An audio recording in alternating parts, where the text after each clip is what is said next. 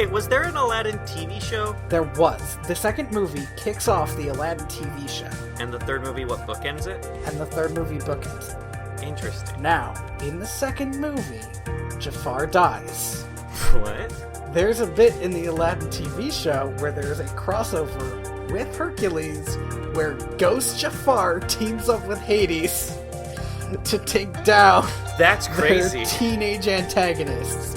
It's amazing. Sync. Welcome I'm really glad we don't do clapping. Sorry. No, it's fine.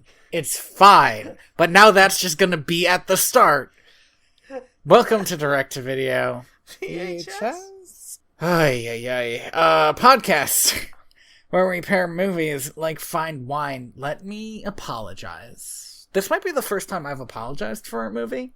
Which one are you apologizing for? I kind of thought that this would just be like a fun episode. Just be like a fun, lighthearted episode where we watch two movies that were basically the same and we get to talk about Robbin Williams. But what happened was, I saw a very, very muted and like boring version of a movie that I realized while watching the lamer version I really loved. And so it fucked me up a lot. Listen, I don't know what you're referring to, but I will say that I've never been a big fan of the original Aladdin. I thought the new movie was, like, it tried to fix some things, and I respect it for that, but as far as I'm concerned, both movies are just as effective as the other. Really? I think the new one is more entertaining, though, because the old one, to me, all it has is Robbin Williams, and the new one isn't, like, funny at all. I had a fun time watching it, though. Like, to me, the new one was more of a Bollywood movie. Okay, but it only actually has two Bollywood scenes, and one of them's after the movie, and it was like, if they wanted to do Bollywood, I would have been on board, but they just didn't. For most of the movie, they just didn't. I liked it. It was nice. That's the thing. What I'll say is that I was never a fan of the original anyway. So the fact that the new one I had fun watching was a pleasant surprise. Like, oh, this is nice. This is fun. Great. You know what? This is good. This means that I can be the one who sort of tears down the new movie while you build it up. We're going to cast our minds back once more, but this time even farther back to around 1990, because that was when Aladdin was pitched. Well, actually, technically, Aladdin was pitched in around 1986, 87. By Howard Ashman and his longtime collaborator, Alan Menken. They made Ashman pretty much by himself made an entire 40-page treatment. He wanted like a super campy 1930s style Broadway musical, where he wanted it to be framed like it was a musical on a stage, but an animated film, if that makes sense. Oh, weird. Okay. And he wanted it to be in that style of 1930s camp, when you think about the songs that he wrote, makes sense. Like, Howard Ashman had this big vision for this film, and he really wanted it to follow the original fairy tale pretty strictly.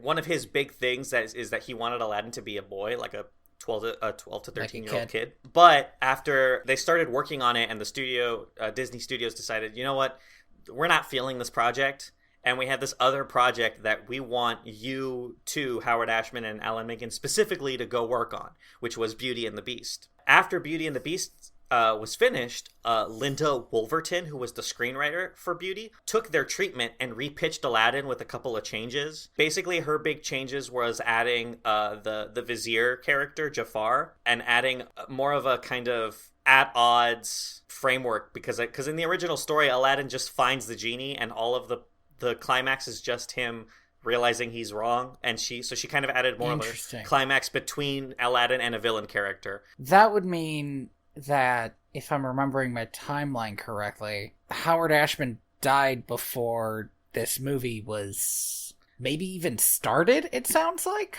Yes, Howard Ashman passed away before Beauty and the Beast was released in theaters, but he was still able to work on 3 songs. 4, technically. That explains why I remember noticing this, and it's really standing out. Aladdin, both versions of Aladdin start with opening credits, and the opening credits have Howard Ashman and Alan Menken working on songs, and then Alan Menken and Tim Cook. I believe Is that so. it? Yeah. No, Tim Cook's the Apple guy. Tim Cook's the what guy? He's the guy from Apple. Oh, I literally did not know that. He had somebody. Tim Rice? I feel like it's a Tim? Tim Rice sounds better. Ashman wrote the lyrics for Arabian Nights, Friend Like Me, and Prince Ali, which are the kind of the three... The Genie songs. Yeah, the three big Genie songs. He also did one song called Humiliate the Boy, which was cut from the film. It's a fun storyboard, though, if you go look it up. It's a kind of a terrible song. When I say terrible, I mean just emotionally. What they replaced it with is just as effective, I think. And it also works better a little bit in terms of like taking a familiar song and kind of turning it up on its head. I really like it when a villain does that. I was pretty disappointed that song was not in the new version, actually. Yeah, it would have been a pretty good ad. I think it would have worked better in the live action version, actually, with what the character is in that one. Yeah, he's like more petty, for one thing. Yes. So it seems like, yeah, definitely something he would do. Prince Ali and Humiliate the Boy, I think, was Howard Ashman's final work. Like, it was the last thing he ever touched. Those three songs that made it into the film were pretty much untouched after he was done with them. Like, the guy had a big legacy and a big influence on everyone that he worked with. But now I want to talk about Robbin Williams. In this movie, Robbin Williams plays the genie and Gilbert Gottfried plays Iago. Robbin Williams and Gilbert Gottfried were like really big names in terms of like comedy. And this was like unheard of for a movie to have two actual celebrities in them. Yeah, it is my understanding that Aladdin is the movie that changed this for either kids' movies or Disney or animation or all three. All three is from what I can tell. So the directors wanted Robbin Williams from the beginning of the script. They were like, we need, like, this is who this character is. This is what we envision him to be. And all of the producers were like, we're not going to get Robbin Williams. It's not going to happen. But when they approached Robbin Williams, to the surprise of everybody at the studio, accepted. I mean, he even accepted SAG pay which, of around $70,000 to $75,000. And the reason this is important is because at the time, Robbin Williams had a regular fee of $8 million. Holy crap. Which is not insubstantial. Like, Aladdin had a budget of $28 million. So if they had paid Robbin Williams his due, he would have easily been like a double-digit percentage. That's part of the reason why they didn't want to approach him. They didn't want to pay that money for just one role. But Robbin Williams had caveats in his contract. He had conditions. The first condition was that his name and image not be used for any, quote unquote, excessive marketing or merchandising. What does excessive marketing and merchandising? Basically, you're not allowed to use me to sell your movie at all. So he's not on the poster. In the trailers for Aladdin, they don't say Robbin Williams as the genie or something? Well, we'll get to that. Okay. And the second caveat was that the character of the genie is not allowed to take up more than 25% of any advertising space. The whole contract was basically just, listen, I'm playing a supporting role, and I want it to stay there. I don't want you to sell this movie as a Robbin Williams movie. I want you to sell it as an animated film and let my acting skill do what it does naturally. Robbin Williams was always a very particular person when it came to his image, particularly his voice. That was his big thing, was that they weren't allowed to use his voice. Disney basically ignored all of his conditions. Cool.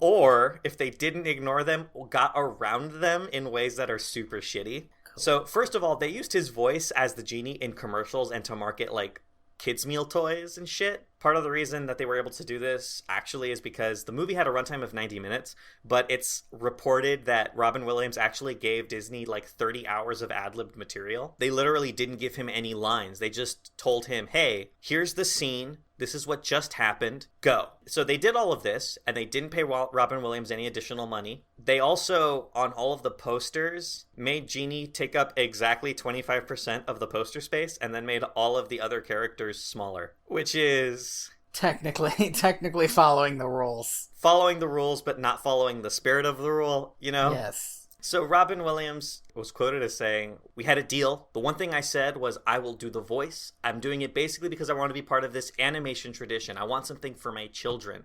The one deal was, I don't want to sell anything, as in Burger King, as in toys, as in stuff. He later said, I think he said this on like David Letterman or something. You realize now when you work for Disney why the mouse has only 4 fingers. It's because he can't pick up a check. Dang. That was in 1993, so this is like a year after the movie came out. And from what I can tell at the time, opinions were split. Like, a lot of people didn't understand why Williams was upset about this. It doesn't really matter why he's upset. He signed a contract, and they signed a contract, and then they broke from the contract. Well, according to Disney, they upheld their terms of the contract. Uh-huh. According to Disney, for about 2 years, they kept their terms of the contract. Eventually, Disney sent Williams, and I don't know if this was the company or the family, but somebody sent Robbin Williams a Picasso painting, estimated worth of about $1 million. When he got it, the only thing Robbin Williams said about it was it didn't go with anything in his house. So he didn't know what to do with it. And then later, one of his friends, somebody named Eric Idle, you may have heard of him. Eric Idle, who's another famous comedian, Monty Python. He said that he had told Williams to burn it on live television as an act of protest. And Robbin Williams' reaction was, I'm not mad at Picasso, right? Yeah, I'm not going to burn a Picasso. That's actually not that funny, guy.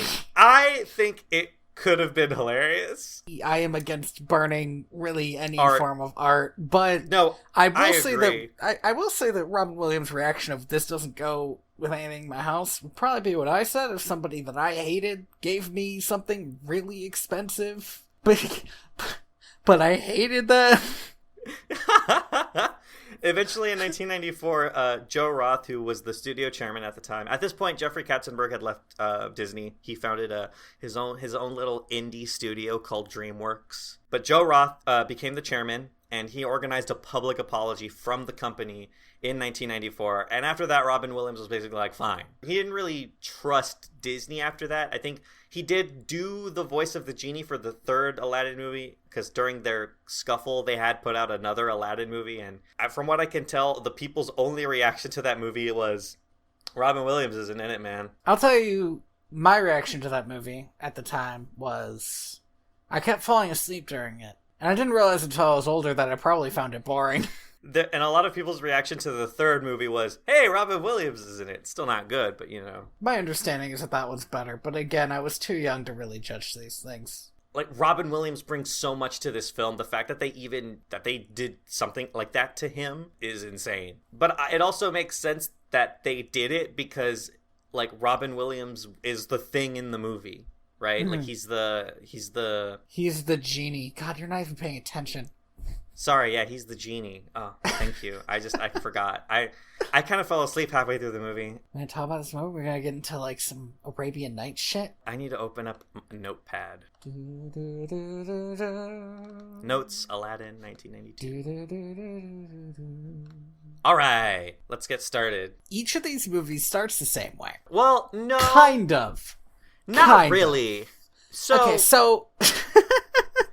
The animated movie starts with the title card, and we immediately get into the song Arabian Nights before meeting anybody. We're kind of sweeping over the landscape of the Jordan River and over kind of the outskirts of Agrabah, I think, for most of the beginning. And then we zoom in on a merchant. Now, astute fans will note that the merchant has the same colorings as the genie and is voiced by Robbin Williams. However, I don't think it's ever been canonically confirmed that the merchant is the genie. So the merchant isn't the genie. The merchant's just a framing device for the film. He has the lamp, but also in the third movie, the merchant and the genie are seen at the same time.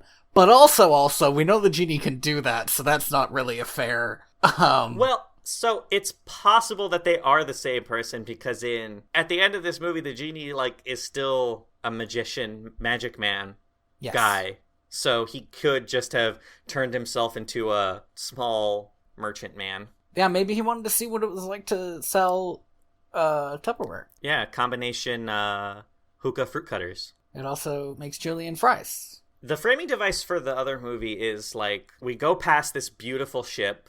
I want to say, I viscerally, I bucked at the idea that we were starting at sea. I understood at the end why we were at sea, but it felt so weird because I knew it takes place in a desert. You know that there's ocean around that part of the world, right? Yes. But you never see it in the original Aladdin, even when he travels around the world. Okay, but that scene is stupid, so... I love that scene, man.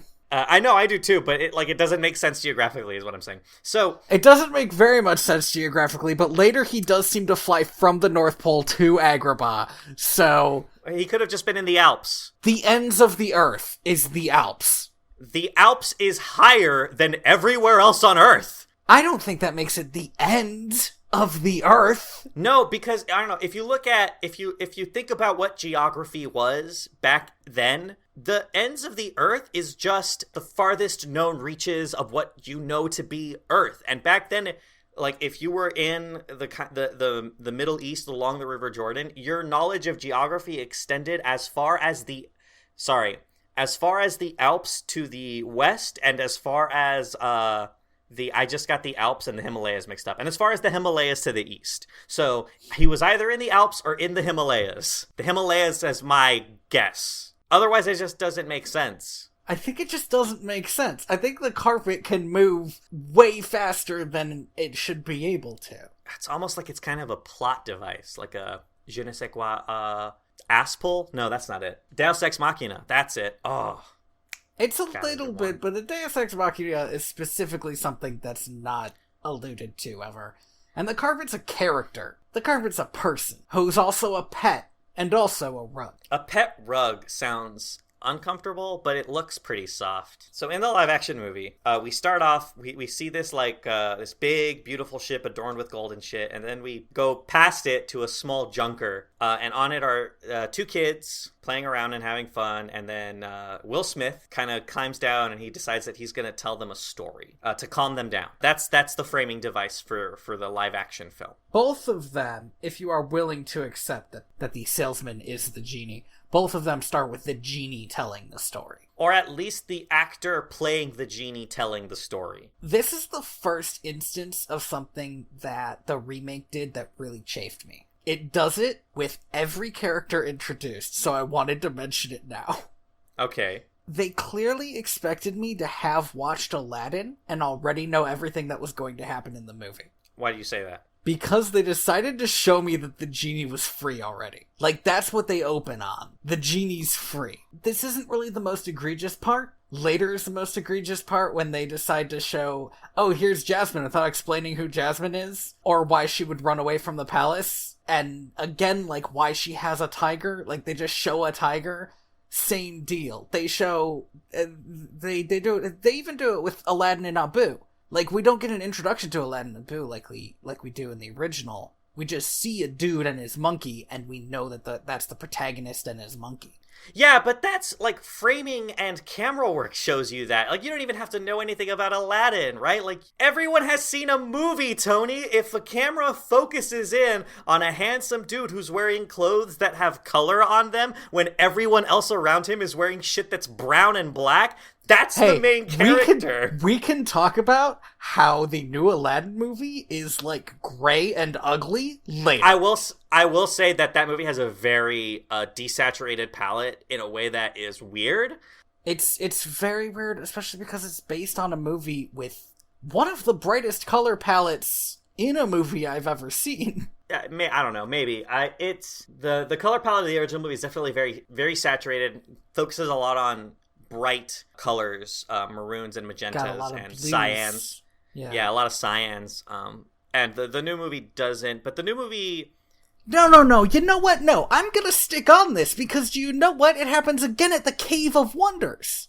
The Cave of Wonders scene in the original Aladdin movie is fucking crazy. Jafar has a bug that he puts together, and it flies into the eyes of nothing. And then those eyes become, I hate your guts. And then it's those a waste eyes of time. Fucking, it's art. And those eyes become a goddamn tiger. And it looks up and it's like, I am the Cave of Wonders. No, Fuck I get you. what you're saying. And then, in the remake, it's just already there. And it also doesn't move, which is really weird. It shows it collapsing, but they cut away as it collapses, so the Cave of Wonders doesn't really have that wonderment. Do you know what I'm saying? Are you picking up what I'm putting down? Also, it's very small. I can see where you're putting it down, and I'm looking at it. I just... Pick it. Pick it up. The thing, I don't want to. It's gross. The thing is like, you're gross. Obviously, they can't do it the same, and the reason is because I don't want like, it to do it the same. I don't want. So okay. Well, then what do you want? Because what they did is different, but it's obviously it's based on. It's like they're limited by multiple factors. Worse. It's a worse movie. How is it worse? It's because it specifically felt like there's less energy put into making a movie about magical. But that's the thing is the point of the movie is that the magic isn't what's important. The magic doesn't matter. The magic does matter. It's the driving force of the movie. I know that as a character, Aladdin learns that the magic is not as important as himself, but the magic is still the thing in the movie. Also, what I kept comparing it to was the new Beauty and the Beast, which is a movie I have a lot of problems with, but I altogether like. The new Beauty and the Beast put a lot of trouble into looking just as good as the animated version of Beauty and the Beast. I have, in the months since that movie came out, flip-flopped on how I feel about it. It's difficult. There's a lot of weird gay jokes. I like that they went into Belle's mom a little bit. A little weird they never did that with Aladdin's family. And weirder still, the only thing they said about Jasmine's mom was she died by being assassinated, I guess? We're never touching that again. Well, so we'll get to that. But at the end of the day, my feelings on Beauty and the Beast were that all Beauty and the Beast wanted to be was Beauty and the Beast, but in live action. I feel like what Beauty and the Beast did that was a great thing was addressed the weirdest fucking parts of Beauty and the Beast and made it make a little bit more sense. Like, the ageless kid, or the fact that the Beast was 11 when he was cursed, or the fact that none of the townsfolk knew about their prince.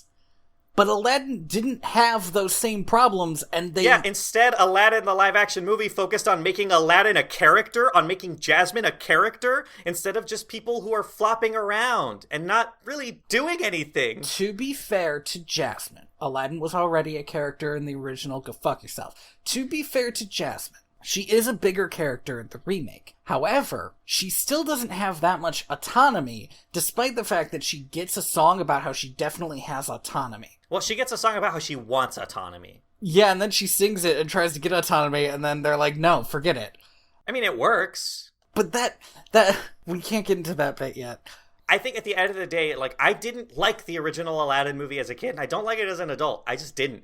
We'll get to why later, maybe, but, like, I spent most of my time when I was watching the live-action Aladdin just having fun. Like, it's a fun movie. It's got great music. It's got, like, fantastic characters. I genuinely have this question. This isn't like me trying to set a trap or something. Okay. You liked the new Aladdin's versions of, like, One Jump and, what's that song Aladdin sings by himself? It's like a minute long. Oh, Street Rat. Street Rat. You like those? The new ones? Yeah. The choreography at the beginning of the film for One Jump was a little weird, but I think they twisted the lyrics around it a little bit so that those songs had a newer meaning that I was more okay with than just being like a fun introduction to a scamp character. Like, oh, here's our scamp. This is his deal, is he's a scamp. Like they really put more into the song. The newer versions of the songs, I think, focus their tone a bit more on explaining what it is that puts him in this position, as opposed to just, oh, look at this fun guy. What a lovable, fun guy. I guess my main issue with that, with One Jump at least, is the original has it establishing Aladdin as a character, and the remake has it establishing, I feel like, less Aladdin as a character and more like Aladdin's situation. Yes. Which I don't like as much. I mean, that's an opinion. But I also didn't like Aladdin's voice that much in the new one. Oh, I loved it. Aladdin in the original movie sounds like a fucking pee. He's like a non-entity every time he sings. Wait to such an extent that in a... What is a pee? Like his voice is nothing. It's nothing. He doesn't have Are you saying he sounds range. Like a pea, like a tiny green vegetable? Yeah. I listen, don't man. understand I don't know. your metaphor. I don't either. I'm just trying to, like, what I'm trying to say is... Okay. I wanted to make sure that you didn't, like, know something about music theory and peas that I just didn't get. I don't know anything about... I will start with this. I don't know anything about music theory. I've never taken a music appreciation class. I don't even really like musicals that much, right? Like, I'm probably the last person in the world who should have an opinion on what a song should be. But the original singing voice of Aladdin in the animated film just doesn't have an emotional presence in any of the songs he's singing. It's a decent singing voice, but there's not much happening there. He's not doing anything with the lyrics, and he's not expressing any emotion other than, hey, I'm smiling while I'm singing, so I sound happier. Like, he's not doing anything. That's really funny, because I thought almost the opposite. I thought the new guy sounded pretty dry with this. I think the guy playing Aladdin in a live-action film is definitely a good singer, and he's putting a lot of emotion and a lot of pouring something of what the character is into each song, as opposed to just singing the words. The only song that I think both of them do okay is A Whole New World, and that's because A Whole New World is an Aladdin song. Yes, Jasmine gets the best part of A Whole New World, and that has always been true. In both films, once Jasmine starts singing, you're like, Aladdin gets his ass kicked. It's like, oh, this is a singer. Wow. Yeah. Oh my God, this is fucking bonkers. Big shout out to Maria Lea Carmen y Mutanza Longa. She's a Filipina singer. She's the singing voice for both Jasmine and Mulan. In my opinion, she is what makes Jasmine work in the animated film, because that rendition of A Whole New World might be one of the best songs ever in a Disney film. It's so good. It's just that we usually go through these movies beat by beat, and we have jumped to the Cave of Wonders and then A Whole New World, mostly while shouting. Well, I thought we were gonna go through the cartoon beat by beat, and then compare the new one to the cartoon. Nah, fuck that shit. Both at once. No, we can't do both at once. Tony, we can't do both at once. I refuse to not. We need to have some sort of structure. This is structure. This is not structure. This is anarchy. Did we see Agrabah yet in the cartoon? Yeah, we saw it at the beginning, but this is the big kind of... Well, we are still at the merchant in the cartoon. I didn't feel like we were, but okay. Because the merchant takes out the lamp and he's like, I'm going to tell you a story. And then he throws the gold magic lamp dust in the air, and then we get the big Agrabah scape and I think the refrain, I don't know what the word is, of Arabian Nights. What did you think of the new palace? In the live-action film? Yeah, I don't know if it was more realistic architecture for the time or what their choice was to make the palace different, but I just remember being disappointed because I like the old palace. I think it's got such a distinct look. It's very white and oniony. One of the things, especially when between like animation and like quote-unquote a live-action film, if you're going for realism in your scenery versus fantasticism. That's not a word. Fantasism is a word.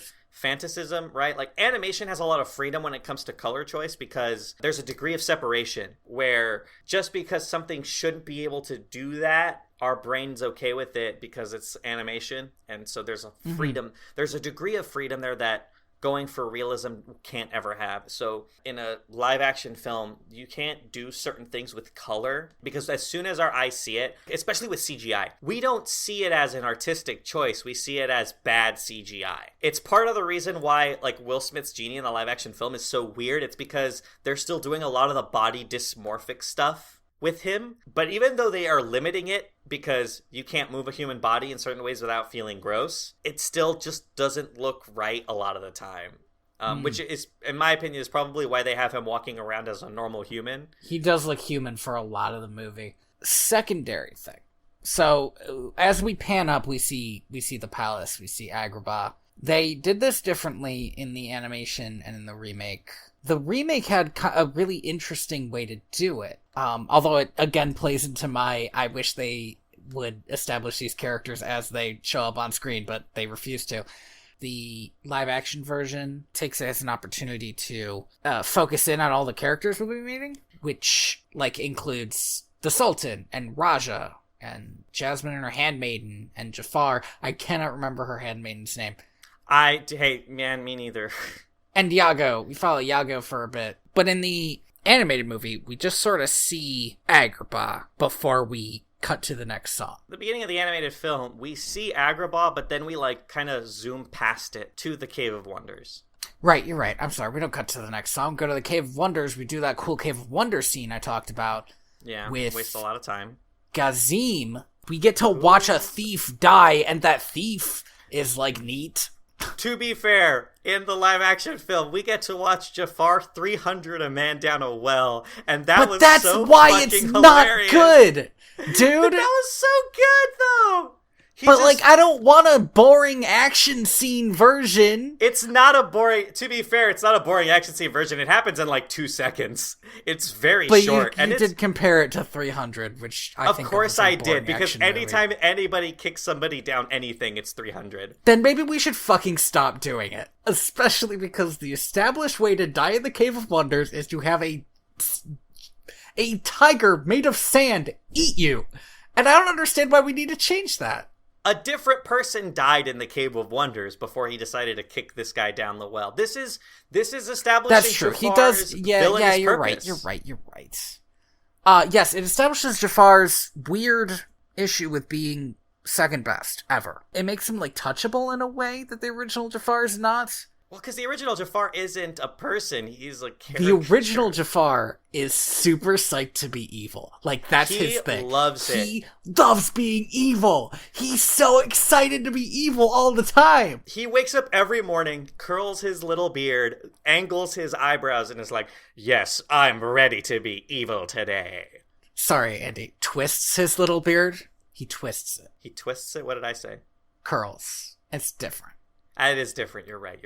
It's just because Jasmine calls it Twisted, and there's like a spoof musical called Twisted about Jafar. Oh, that's really good.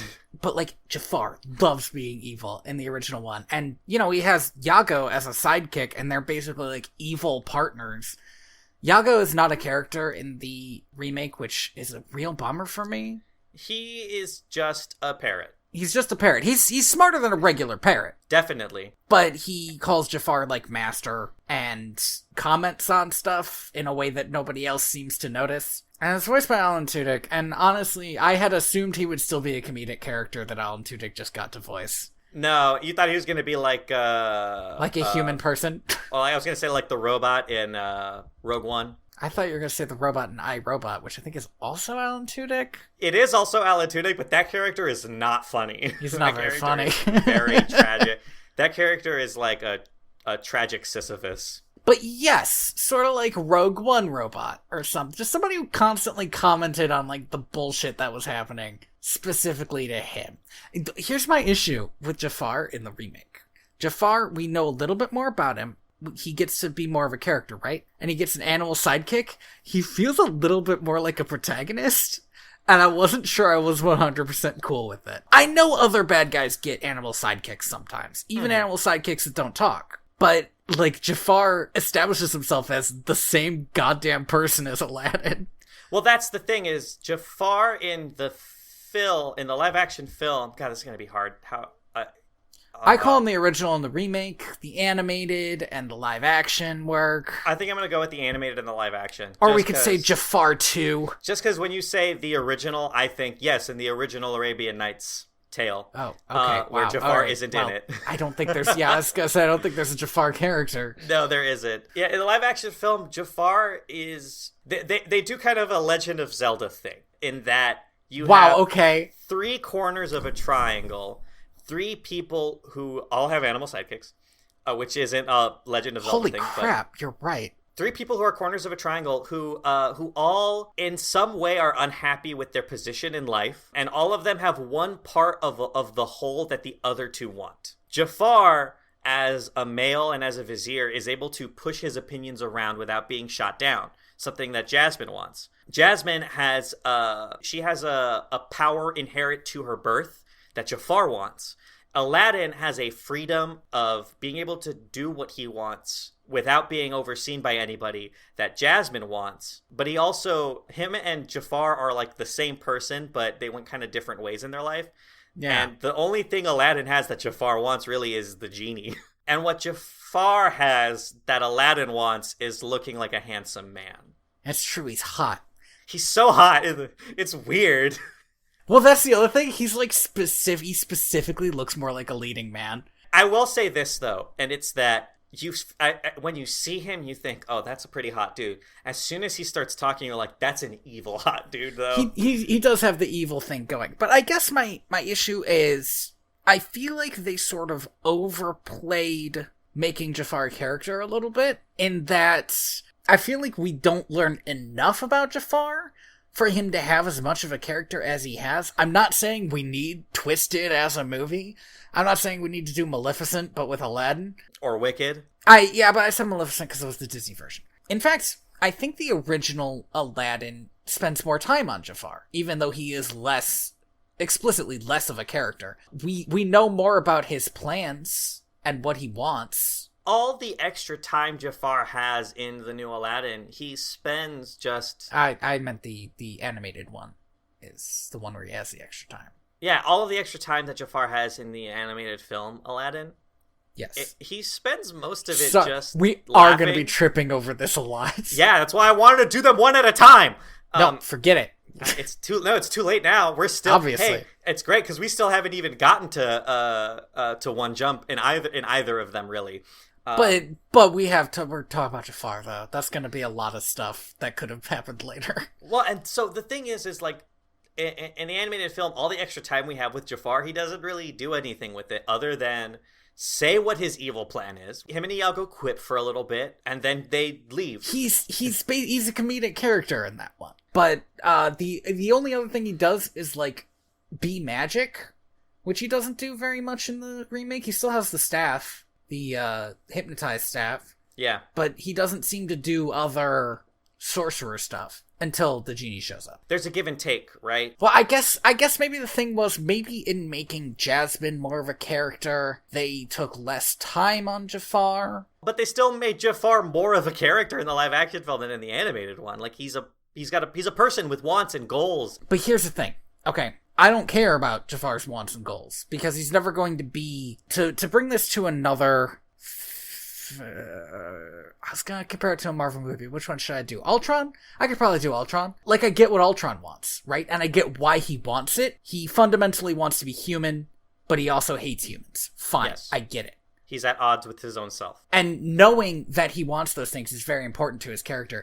And I honestly don't think knowing why Jafar wants to be Sultan matters as much as knowing that he wants to be Sultan. And if they had given him more time to work that out, or if they had made it sort of like a 3-protagonist movie, that could have been interesting. But they didn't. They just kind of tried to put a little bit more on him. Jafar exists in the live-action film to be exactly the kind of person that the genie has always served. He's that guy. By giving him these attributes of, like, this is his driving force, this is what he wants, these are his goals, it reminds us, because in the live-action film, Jafar isn't a sorcerer. He's just a guy. Except he does have a magic stick. Yeah, of course he has a magic stick. But he himself isn't inherently magical. He's surviving on his cunning and on his ability to be charismatic and weasel his way into the life of this sultan. Why don't I just... I'm just gonna say my main issue with the genie's... One of my main issues with the genie's magic in the remake right now. Okay. Yeah, we're jumping around, but I'm going to be jumping around. I've just made that decision. This is going to be a chaotic episode for us. It's going to be my fault. I apologize. It's where we're at. Jafar wishes to be Sultan, and in the live-action version, what does this mean? It means everybody seems to accept him as Sultan, and he gets a new hat. Well, not a new hat. He steals the Sultan's hat, which is a real downgrade from stealing all of his clothes, but whatever.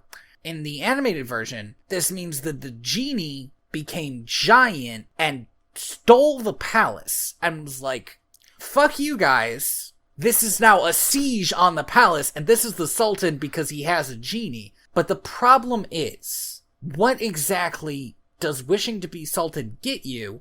Because the guards, Qasim, leader of the guards, and I think both versions of the movie, although one of them's clearly villainous and one of them's not. One of them's just Jim Cummings and the other one's a character.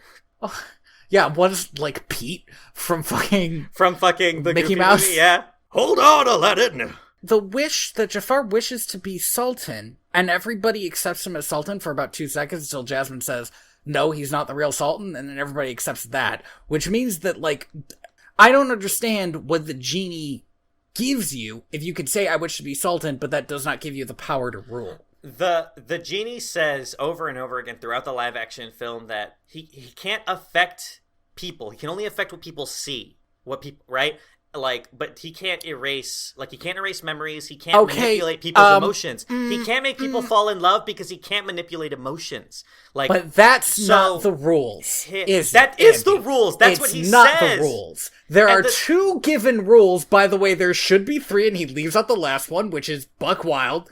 That he can't bring people back from the dead. No, he says that one. He doesn't say the can't kill one. Oh, well, yeah. Can Will Smith kill? I know Will Smith can kill. I've seen his movies. If they're going to change the rules to the genie, that's fine. But if they're going to change the rules to the genie, I wish they would tell me instead of saying you can't make somebody fall in love and you can't bring somebody back from the dead. The genie in both live action and the animated film sets up these rules and then does have to break them at least once. When Aladdin gets thrown into the water in both movies, like, the genie has to break the rules there. Yes. However, I feel like that was more of a rule break in the remake than it was in the first one. It's more of a rule break in the first one, because in the first one, he just does it. In the first one, though, the genie accidentally granted a not wish just because Aladdin kinda said something weird. And in the remake, it's because he said I wish but wasn't holding the lamp. Which suggests that the genie, while being chained by whatever his master says, does have a certain amount of leeway in his cosmic powers. Mm-hmm. That is never really given to the Will Smith version. I think the Will Smith version has a lot of leeway, but I feel like if you're a genie and you're trapped and you're bound by this, every time somebody gets a wish out of you without it counting, that's more time you're spending serving this person. We're never, in either movie, really given the stakes on, like, what it's like to be a genie.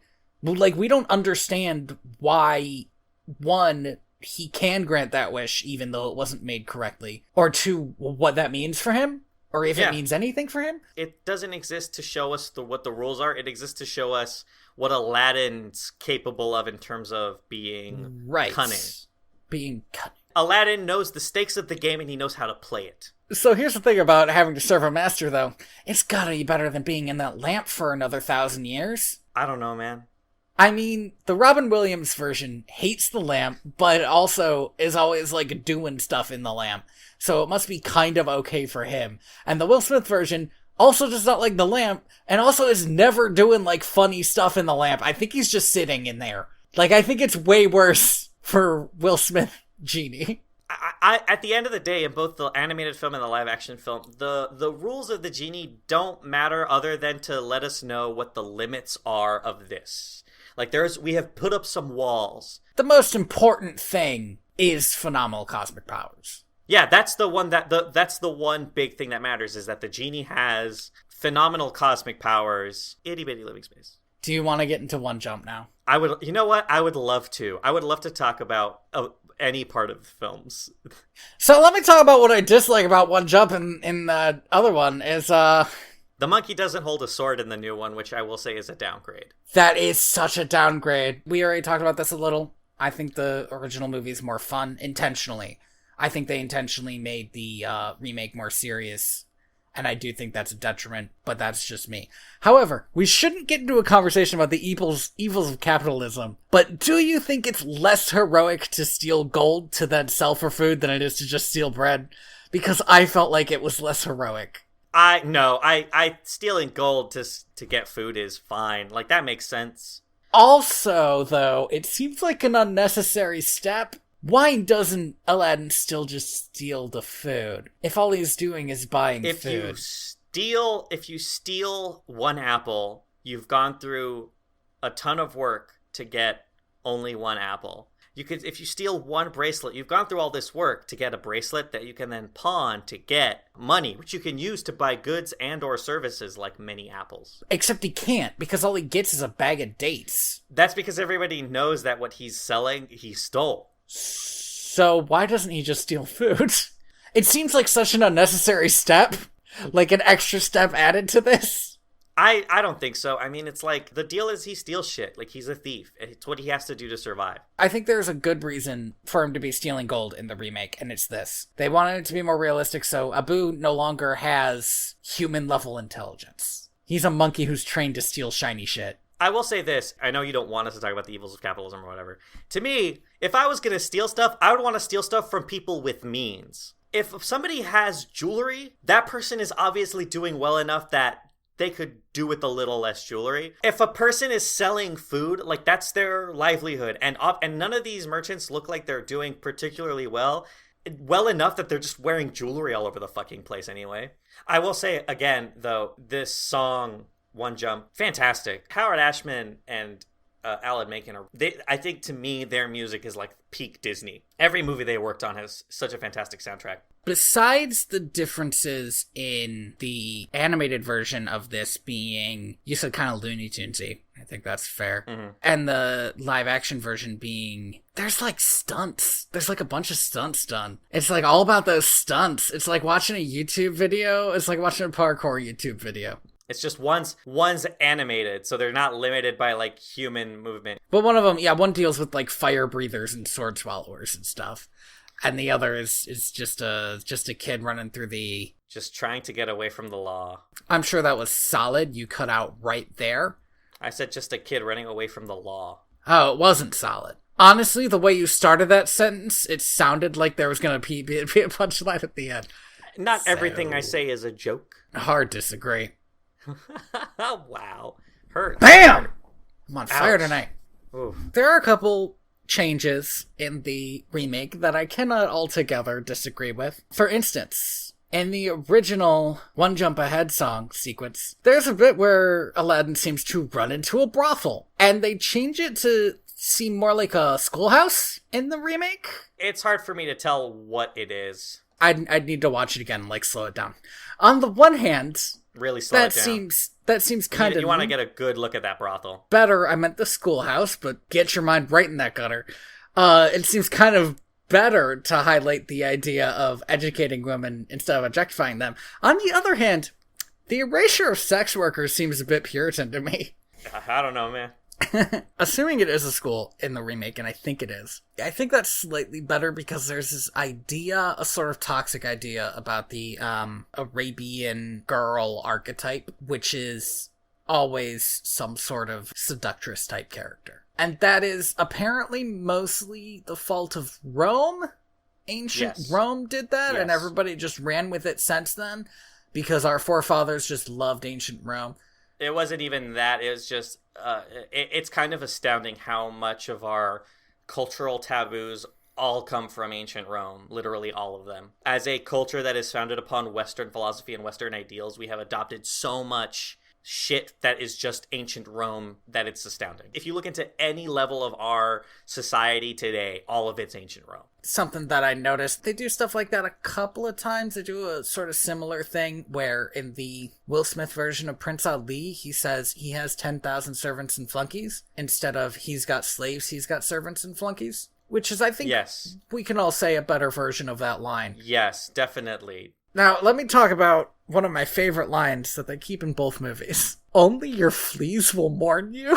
Yeah, that line is so hardcore, man. This guy's not even a character, and he gets, like, the most solid burn. What a hard own. How did he come up with that? Does he spend all day thinking about disses for street rats? Or is that just off his dome? Because I think Jasmine should marry him.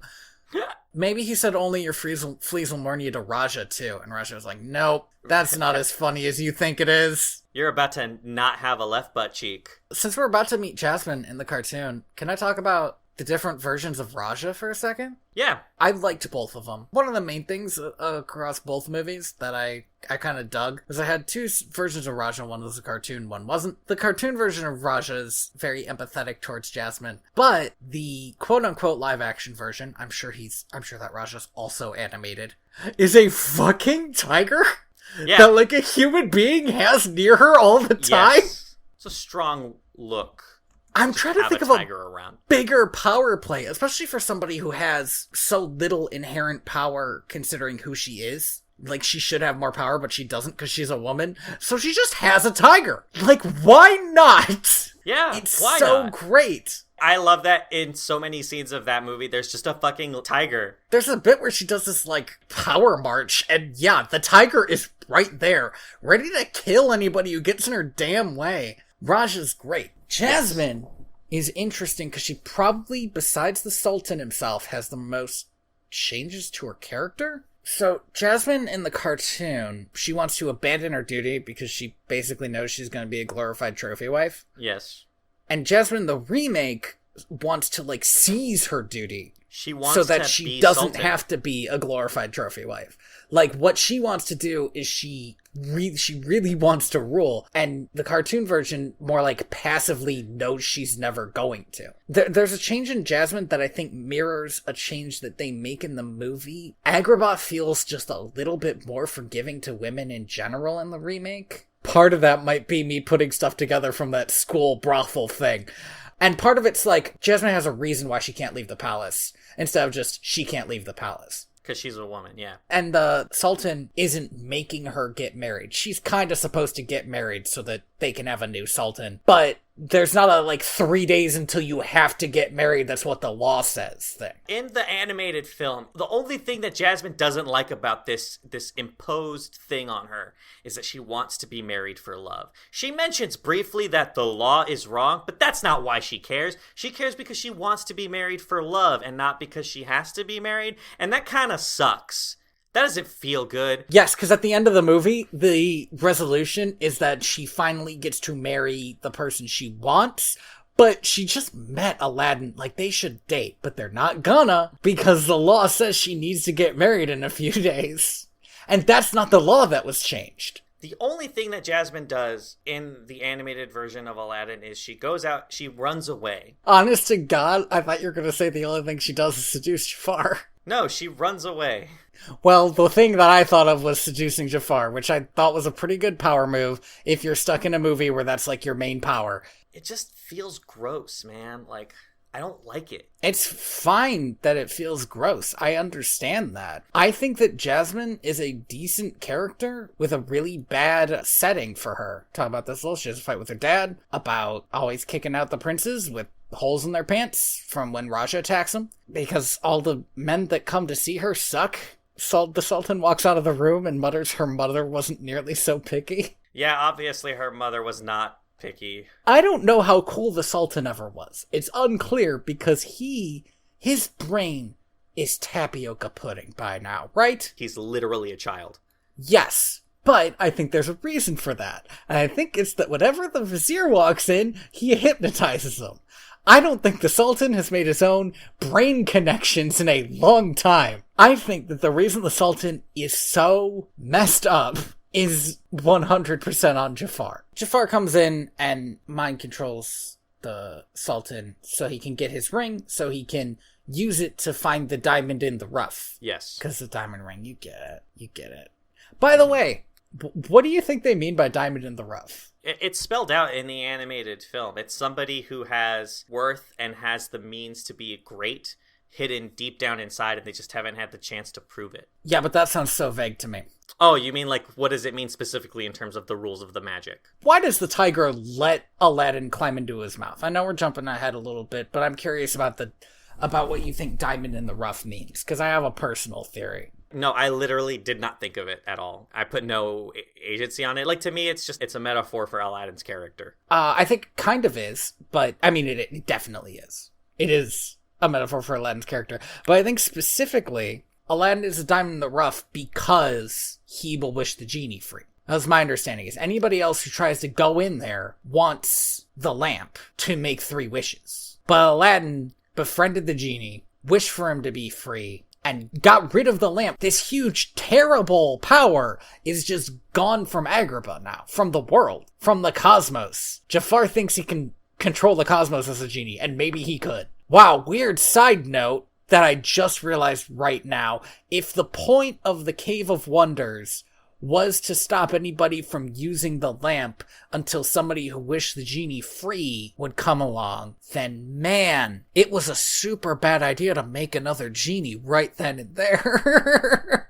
That doesn't really make sense to me because the genie has had other masters over the millennia. So other people have clearly gone into the Cave of Wonders and gotten the genie and made their 3 wishes, and then... I don't think the lamp ends up back in the Cave of Wonders. Except at one time when somebody made it. Or the Cave of Wonders appeared or something.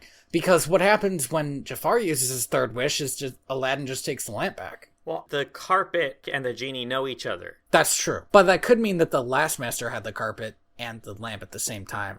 And then he died in the Cave of Wonders. Or something, yeah. The carpet is a big mystery, too. We never, in either version, ever learn what the carpet is. The carpet is a sentient, magical item. Maybe the genie made it. That would make sense, right? For one of his old masters, but we just don't know.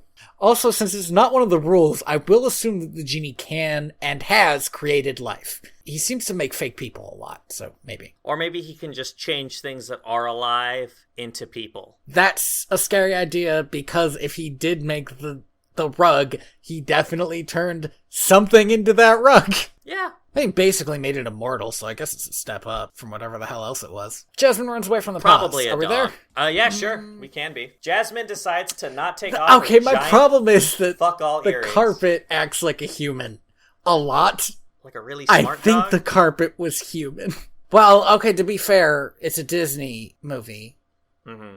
And in Disney movies, all animals have human level intelligence. Yes. And in the live action movie, it doesn't act as much like a human. Right. It's still clearly at human level intelligence, but it does not specifically like shake hands or don a hat or anything. Jasmine runs away from castle. This was my, Yes. Again, I mentioned this before.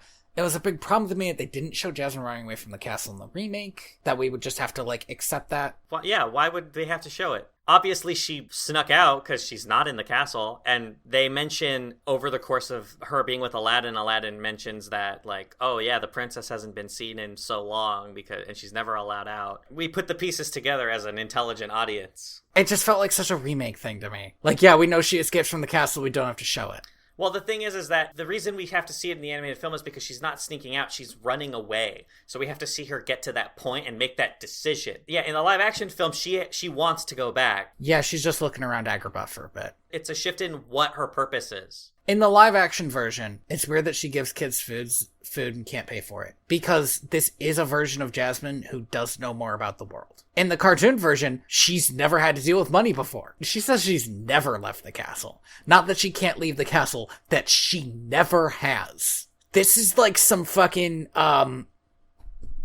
Golden City? Is that the right place? What? El Dorado? No. The Emperor's Golden City. Is that a thing? I have no idea what you're talking about.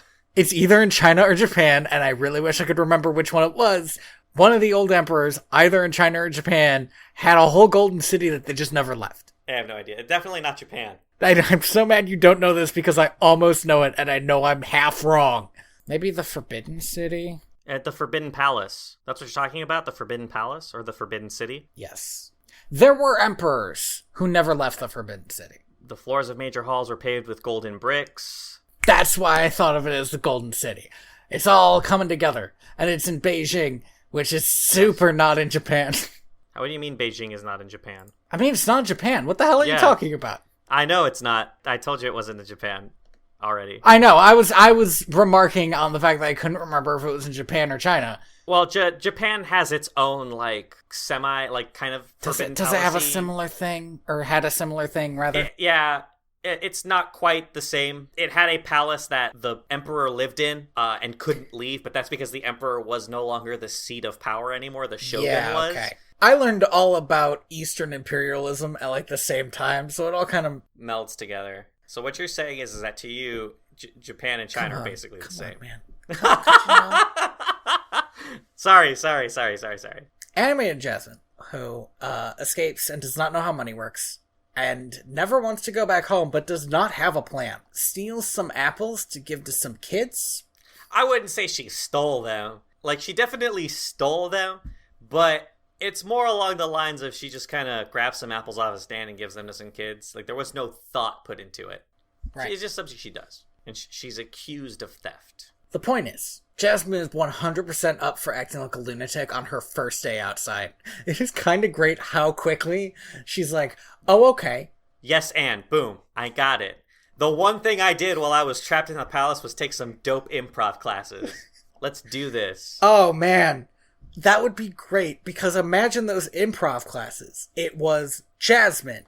It was definitely the Sultan, and it was a tiger, and do you know what? Sometimes it was Jafar, because he couldn't always say no to the Sultan. You can't always say no to the Sultan. So Jim Cummings eventually comes in to arrest Aladdin. I'm trying to think if there's anything about the Aladdin Jasmine meet cute that we should focus on. It's just a meet cute. They fall in love. They make googie eyes at each other. In the remake, their meet cute is part of One Step Ahead, which is interesting, I suppose, as a way to make the movies a little bit different. The meet cute in the original film, they're actually having a conversation and talking to each other and proposing ideas and having a response, whereas in the animated film, they're both kind of monologuing. You are hitting hard on the issue of original, because you said original when you meant the newer one. No, when I meant the animated film. You said in the animated film they were monologuing, and the original film they were having a conversation. Oh, wow. Like I told you, man, I'm gonna have trouble with this. This is why I wanted to do them in chunks, so that I could just say, too bad. The one we're on. It seems like they're trying to push, in the animated film, the idea of a Prince and the Pauper situation with these two. That they have many of the same problems, despite the fact that they're on opposite ends of the, wealth spectrum. I guess my issue with that is that I don't super buy it. The problem with that is Aladdin definitely has problems. Well, and they both have real problems, but they both have very different real problems. Aladdin's problem is that he never knows where his next meal is coming from, and Jasmine's problem is she might not have control over her life. Well, and that's the thing, right, is the scale of the problem is that Jasmine's problems are societal. Well, all not women having money on is also every societal. level of the wealth spectrum has those problems. Swish! Not having money is also societal, is what I said. I know I said we weren't going to tear down capitalism, but, No, you're right, though.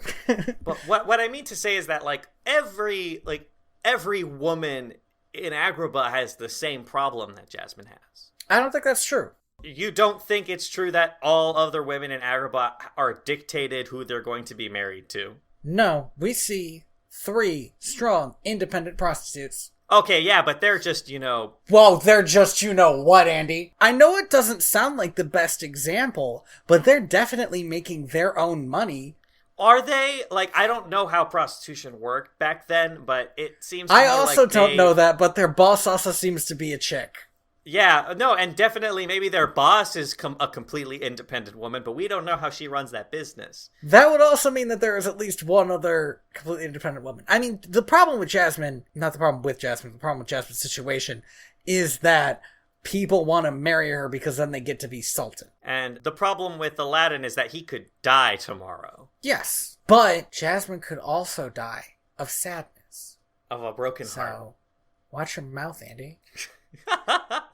My issue isn't that they are different levels of problem. I think that they are both very big problems for these characters. My issue is that they seem to bond over the fact that they both feel trapped, even though they are trapped in completely different situations. And the funny thing is, Aladdin is a smart, physically capable person who can do flips for days. He could definitely get some kind of job. I don't know if being an orphan means anything. I don't know if not having money means anything. I don't know if he is born into some caste that means that he'll never have any money. Although he doesn't seem to be, because they don't mention it.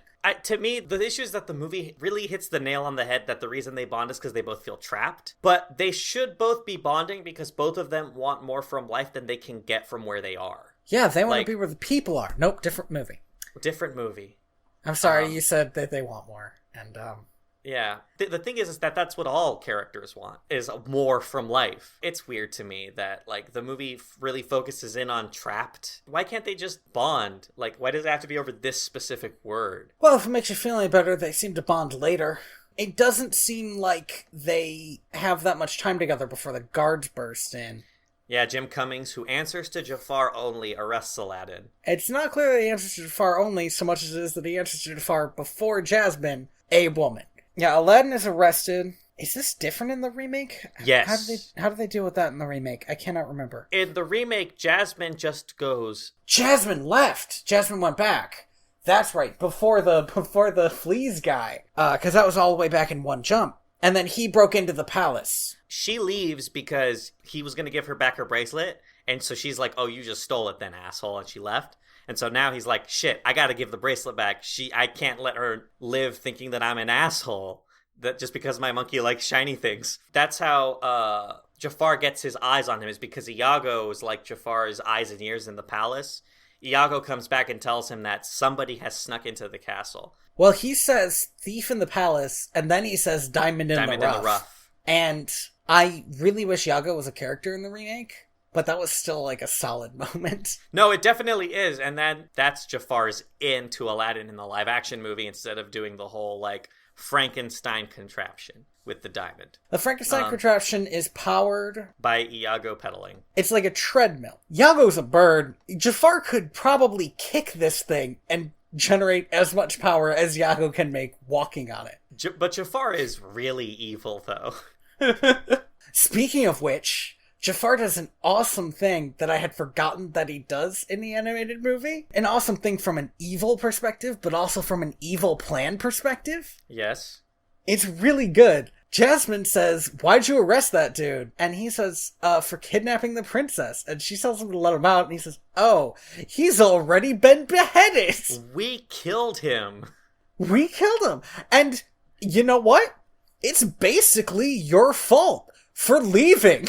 That's what happens. It means that she will never go search for him, and it stops her from ever wanting to run away again. Because the last time that happened, somebody died. It is so good. I love it. It's a good little manipulation. The remake version of Jasmine does not need to be shut down in the same way, and so it never happens. But it's pretty solid. It's a good evil moment for a clearly evil character. Especially because he puts on the waterworks. He's like, oh, but if only I had known. Oh, and he's, I'm so sorry, princess. And his super long hands. He's so greasy. like tap on her, like, really thin shoulders. And it's, like, that moment is... It's like a spider on a fly. His hands are like spiders in a way that's very good. Jafar then dresses up like an old creepy man. Yes, we cut to Aladdin in a dungeon. Abu is going to let him out with his collection of lockpicks that he keeps on him at all times, which is great.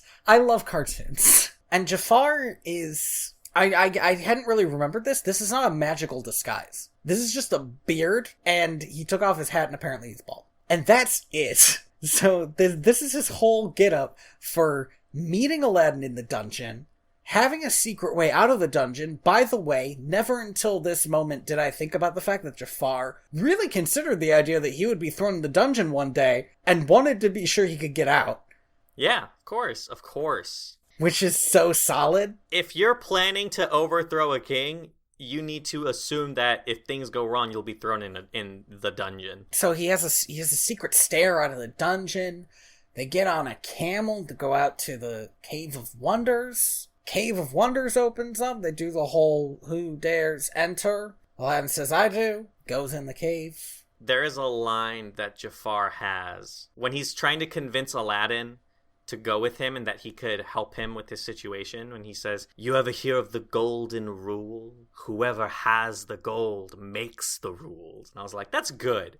That's a good line. Here's my big problem with the Cave of Wonders. This CGI looks like shit, man. Ooh, it's rough. It was 92. It's aged. Okay, it is aged CGI. I still think it looks good, though, for what it is. Aged like a box of juice underneath the couch. It definitely looks better than most, I think, CGI of the era. I don't think the really rough CGI comes in Aladdin until the lava shows up. Yes, once the lava... Well, I just mean the whole Cave of Wonder scene relies on CGI in a lot of ways. And I understand why, because we're talking about a very complexly choreographed digital roller coaster, basically, that whole scene. And it's like, I can see why they did it, because it was easier for them to make it in 3D and then just digitally apply hand-drawn textures to it. And I will say this, is that the carpet is hand-drawn and hand-animated completely, but the texture is not. The texture is digitally applied. For the same reason, is that the carpet moves in such complex ways that having to hand-draw all those textures was...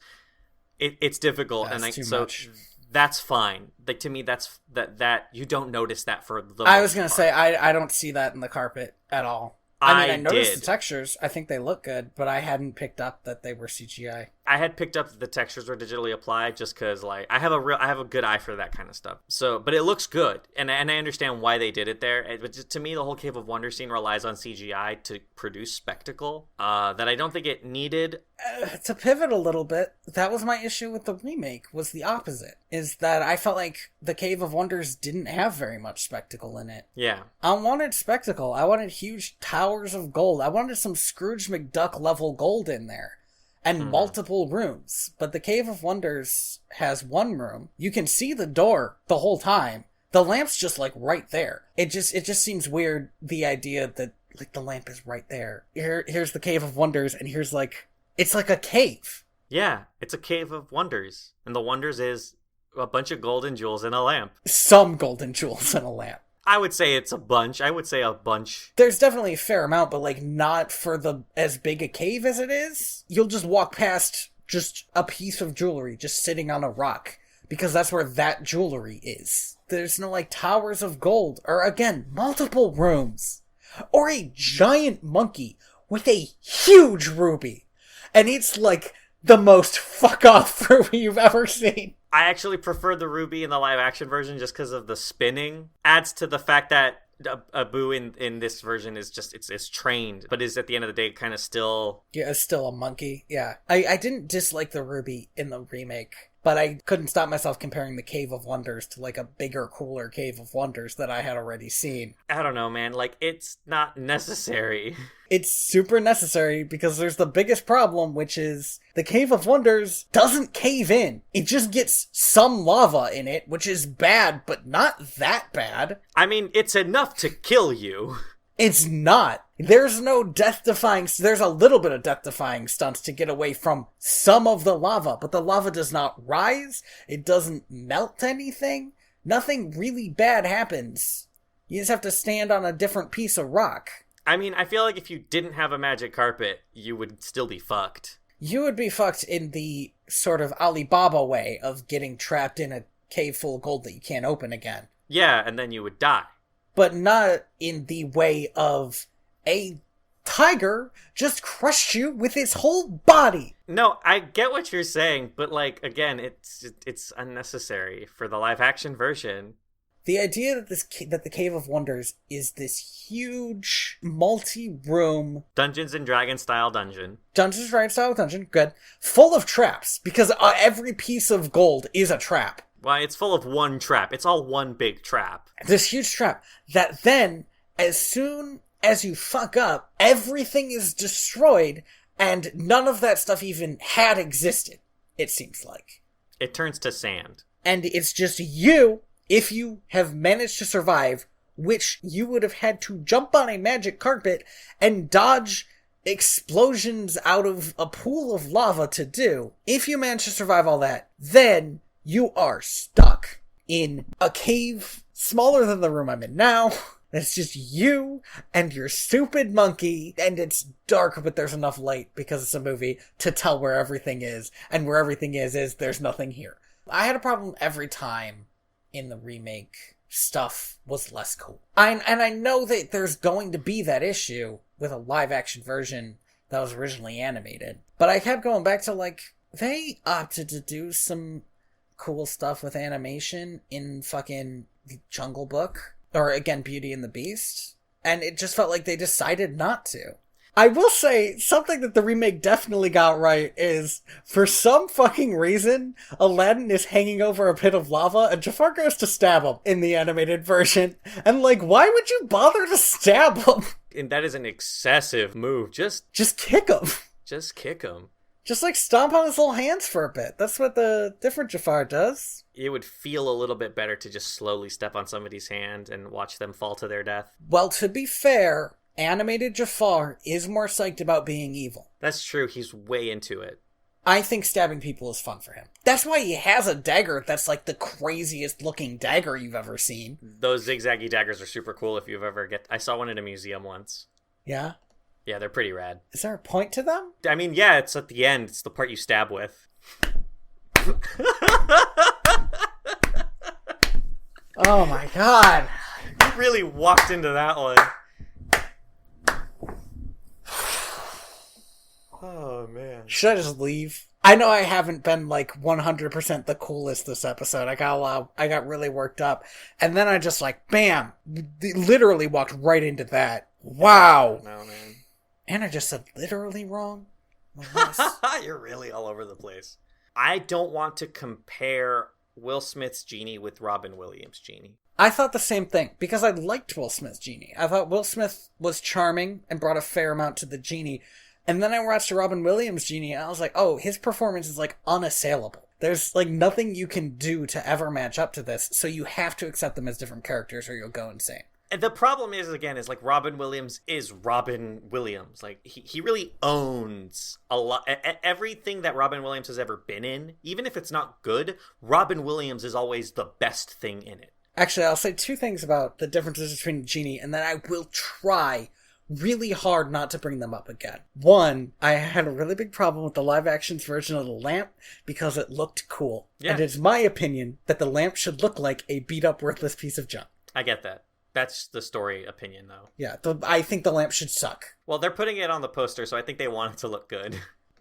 Wait, also, in the animated version, Aladdin rubs the lamp because it says something, and we never find out what it says. Yeah, it probably says something like, whoever rubs this lamp will be known as Thor or something. Something like that. The other thing I was going to say, this is not about Robbin Williams' performance, but it's more about animation, I guess about animation in general. Magic is so much bigger in the anime version. They do so much more stuff with it, and I know that it would be harder to do that much stuff in the remake, but some of it I wish that they had done some camera tricks or something to give it a little bit more. Or even like, man, have you ever watched The Good Place? Yes, I watched the first season. The Good Place does some like fun shit with magic. And that's all like 3 guys who less. I think it's mostly one dude actually who does their special effects. But maybe because the animated version was so big, they specifically went for a smaller feel. There's a lot of stuff you can't do. But there's a lot of stuff they could have done, but they did. Like, you can't make the genie suddenly do an impression, then turn into that person. Yes. But, jump forward a little bit, and we'll jump back. During Prince Ali, he has 1 costume change. But the Robbin Williams genie has like 1 million costume changes. I feel like they could have still had Will Smith have 1 million costume changes. But I just felt like they could have just had a little bit more magic. And again, I will try not to bring this up every time there's magic, but I am going to be thinking it. I feel like specific choices were made to make magic a little bit less bombastic and basically made it so only the bad guy does it. Although that's not even fair, because like I already said that I hated the Sultan wish, because then the Magic Link didn't do shit, and that was weird, and I had to sit there and watch that happen. Mm-hmm. I liked that. Just so actually. Jasmine could have a song that I did not like. I really wanted to like Jasmine's song. I liked the fact that the wish to be a sultan didn't work just because it established something about what the genie was telling Aladdin earlier in the film. It's not the clothes, it's not the magic, right? Like, at the end of the day, people will see through all of that stuff, and they'll see you. And so you need to ask yourself, like, who is that person that they're going to see once all of that stuff is gone? I sort of have an issue with that, too, because the genie's magic is not an illusion, because he gives Jafar real power twice. He makes Jafar more powerful than he is. If I say, I wish to be the Sultan, and somebody else can say, no, you're not actually the Sultan, then what was the point of my wish? Well, that's the thing, right, is, well, all that wish does is change some names on some papers. He didn't wish that people would follow him or that he could wield a certain amount of political influence. He just wished for a title. There's a lot of gray area there. One of the main differences between the Robbin Williams genie and the Will Smith genie is Will Smith genie does mention gray area in wishes, and Robbin Williams never does. Whenever Robbin Williams casts a wish, it seems like he is stuck casting that wish to the best of his ability. Like, Aladdin wishes to be a prince, and first he dresses him up, and then he makes him an elephant. He didn't need to make him an elephant, and then he makes him 10,000 servants and flunkies, or whatever. It seems to me that the Robbin Williams version did that because to him that meant fulfilling that wish. And the Will Smith version did that because he was having fun. Maybe when Jafar wished to be the Sultan, that was enough gray area that he could just change some names on some papers and have everybody accept that he's a Sultan until the moment where they question it. Because his next wish is to become the most powerful sorcerer in the world, and there's not a lot of leeway there. There is not a lot of breathing room. So we talked about Aladdin conning the genie a little bit. Actually, I want to talk about the genie's entrance. Friend Like Me? I like it. It's a good song. Both of the films do this. Both of the films pull it off. I don't really want to talk about them isolated, but Prince Ali and Friend Like Me are both real big showstoppers. Mm-hmm. And they both basically happen back to back. Yeah, there's only a little bit of breathing room in both of the movies between them. And that's crazy to me that they were able to do something like that, and it works. Like, you're not tired by the end of either of them, and neither one outweighs the other. These are the same guys that wrote Belle, the 10-minute opening song to Beauty and the Beast. So I guess they knew what they were doing. Yeah, right. Like, these guys are obviously know how to do their job, but it's crazy to me that they sat down and they went, or somebody sat down and went, we're going to put two fucking big show-stopping songs one after the other. I find in most things, when you do your showstopper, it stops your show. You either have the problem where you do your showstopper and everything after it is kind of just a non-issue and you don't really care. It's not as big. You did it. You did the big thing and now nobody cares about the rest, right? Mm-hmm. Or you do the thing where everything is a showstopper and you get tired of it. You're like, oh, this is exhausting. There's too much energy, right? It's amazing to me that these songs are both able to exist as they are so close together in both movies. And they both go into pretty good cooldown scenes if you need a cooldown scene after that. Yeah. Let's see. In the animated version, a little bit before Prince Ali, we find out that Jafar wants to marry Jasmine. Yes. Because he lost the lamp and he believes it to be lost forever. Yes. The only way to seize power and make sure he isn't kicked out as soon as she takes over. Oh yeah, because the Sultan thinks you can resolve arguments by just saying they're resolved. Yeah. Oh my god. The Sultan character. brings... Yeah. I think it's just that he's been hypnotized about 1,000 too many times. His brain is fucking putty, man. Yeah, and he hears from Jasmine that Jafar had somebody killed, and so he tells Jafar, you can't kill anybody without asking me first. And then he says, now let's put this whole thing behind us. What? Come on, Sultan. There's a little bit earlier when Iago suggests that Jafar should marry Jasmine, because it's Iago's idea. Yes. And Jafar looks at him and he says, I love the way your foul little mind works. Good line. Great pun. Delivery, fantastic. So he wants to marry Jasmine because he lost the lamp. He goes up to the Sultan, is hypnotizing him to get this to happen, and the Sultan uses what I believe to be his last vestige of willpower to say, but you're so old. And that's the last time we ever see the Sultan resist this at all. Oh yeah, he after that his brain is it is fucking sloshing around in there like a milkshake. Anyway, it's super easy to break into the palace on an elephant. It's definitely too easy to break into the palace on an elephant. Well, so in the animated film, they only have 3 guards, right? Jim Cummings and the 2 other guys. It's sort of unclear. I think... No. Because during One Jump Ahead, guards come out of nowhere. Oh, but those guys are temps. Those guys live and work in the city. They should have more guards around the castle then. They really should, though. I do love that Jafar does close the door before the Sultan can open it. It's good shorthand for their relationship, actually. This next scene between Jafar, the Sultan, and Aladdin has a lot of great The Office-style moments. Where... It kind of feels like 3 character actors just working out a scene, and it almost feels out of place. Mostly because we don't ever see the Sultan be this kind of interesting. This is the most involved in the plot the Sultan gets. Yes. Is he really wants to ride that carpet. And there's a moment where the Sultan says, "I'm an excellent judge of character," and it just zooms in on Jafar like a crazy amount. Like, it's a great scene. The Sultan's flying around on the carpet, which I hadn't remembered that, like, Aladdin just shows people. He's got a magic carpet, and at least the Sultan says, "What is this device?" Which means he might not necessarily think it's magic, but, like, yeah, he has a magic carpet that he just shows everybody. And while the Sultan's, like, doing flips and shit on the carpet, while that's happening, Jafar is, like, half trying to get him down and half trying to interrogate Aladdin about who the hell he actually is. And where is Ababwa? Abubu. Ali Abubu. I like how he says it.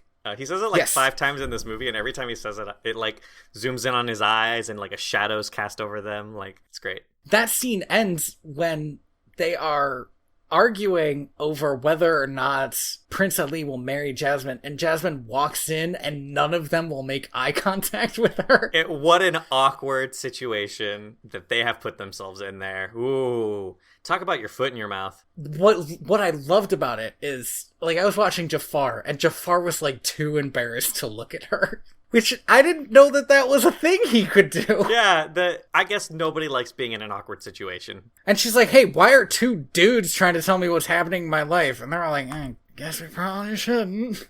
If we were going to."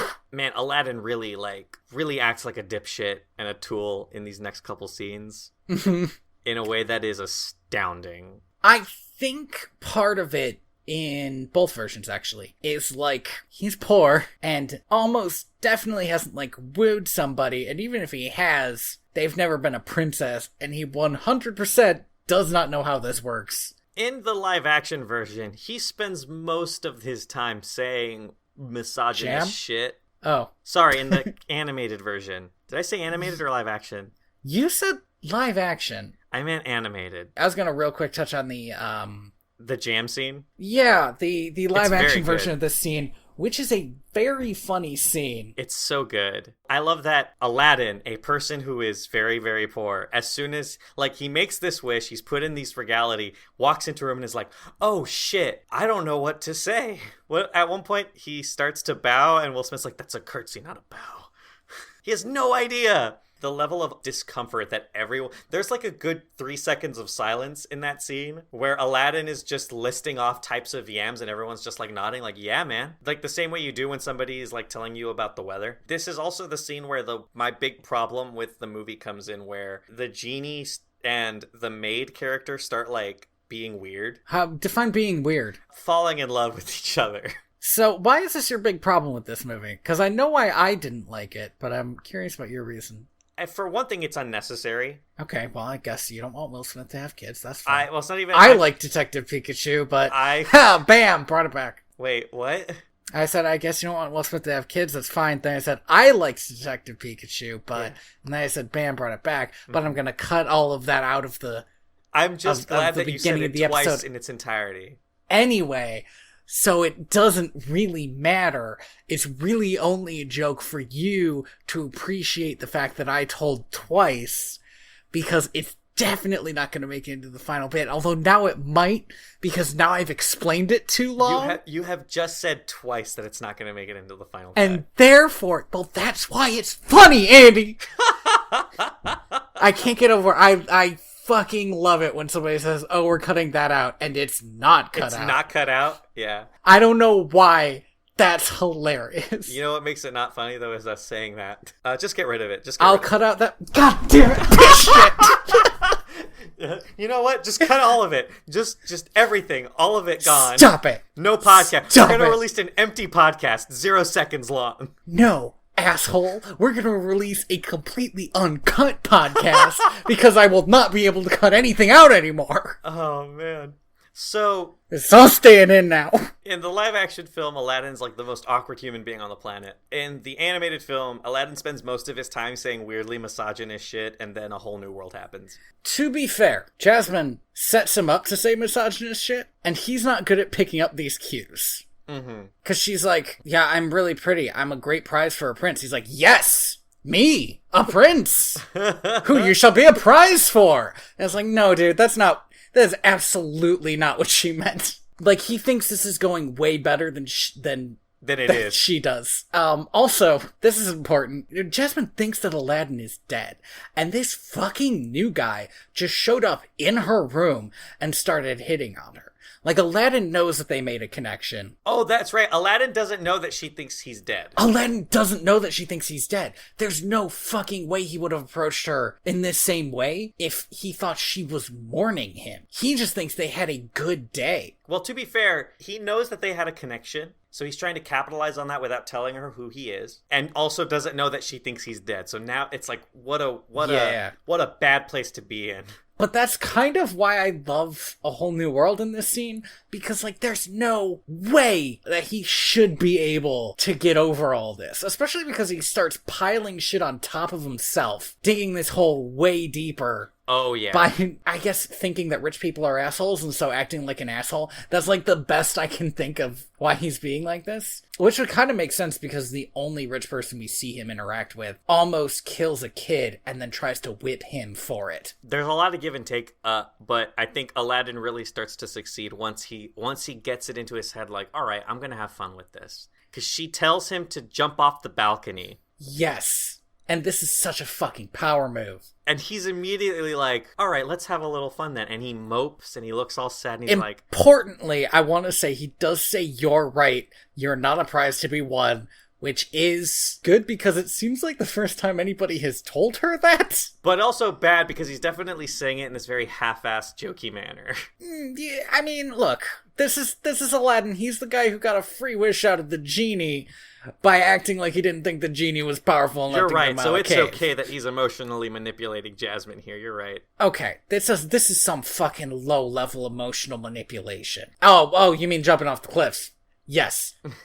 That's pretty mid-level, at least. That's pretty mid-level. And hey, Jasmine, guess what? You just caused another person's death. Oh, fuck, dude. I didn't even consider it. For a second, she must have thought she got another guy killed. Oh, my God. No wonder she falls in love with them. Her adrenaline's so fucking high.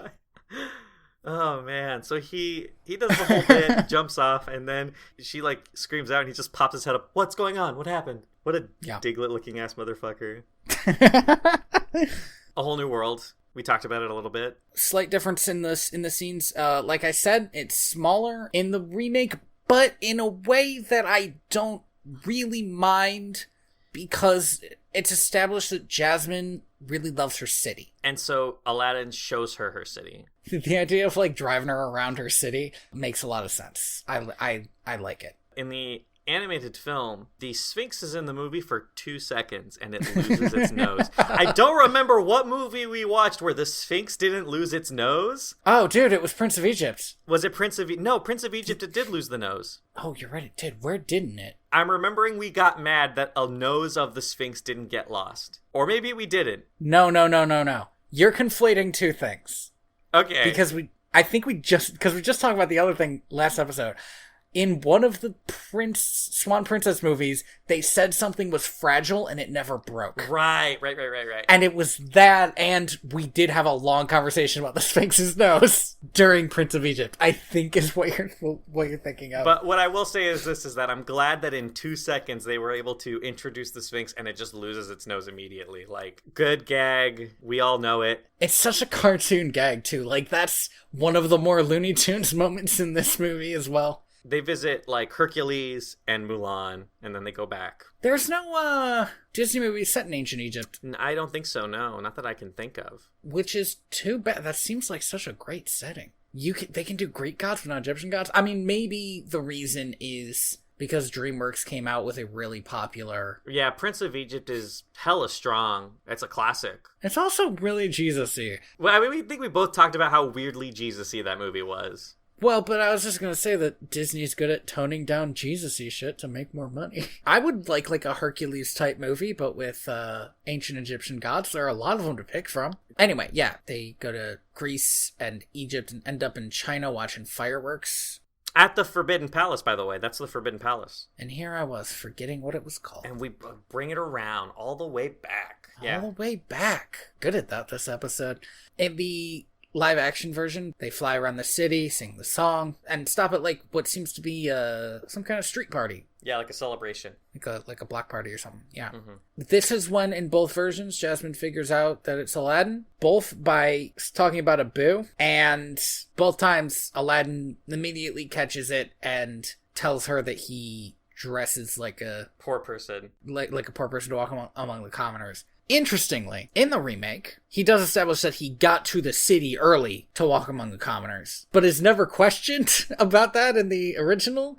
And it was only because of the remake that I even thought of that, which is like, he dresses like a commoner, okay, why is he like in her city like a fucking spy? Yeah, right? In the original, it's super shady. In the remake, it's just him like, I like knowing what the people are like in any town that I go to. But the gist of it is basically he lies to Jasmine even more. But it's a pretty solid date anyway. Carpet's super great at reading the mood and makes him kiss, which is cute. Hey, I want to mention something because I think I had it earlier in my notes but skipped it. Can carpets kiss? No? That's not cool.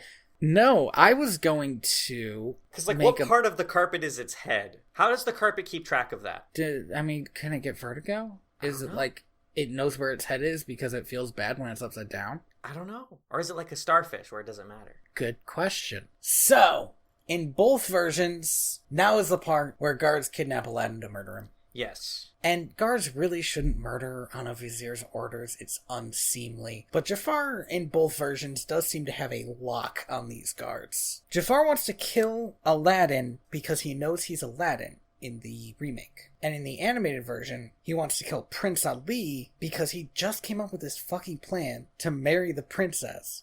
And this dude just shows up and is like, I'm here to ruin your plans. And then is the first guy not to get half-eaten by a tiger and thrown out. This actually brings me to a main difference in the remake and the original, which is, until this point, Aladdin did not know that Jafar was a bad dude in the animated version, because he'd never met him before, or he didn't realize that he had. So I feel like there's more reason for his guard to be down in the animated version than in the live-action version, where he looks at him and says, yeah, that's the dude. I don't think either one is wrong. I think it's interesting not to have Aladdin know who Jafar is, and it's interesting to have him know who Jafar is. Yeah, and I think both films do that relationship effectively either way. It was very visceral both ways to see Aladdin get thrown out of a window, too. Definitely. When he was thrown out of the window tied to a chair, that was like rough. Yeah. But also when the guards like took him out to some random cliff, like they do this all the time,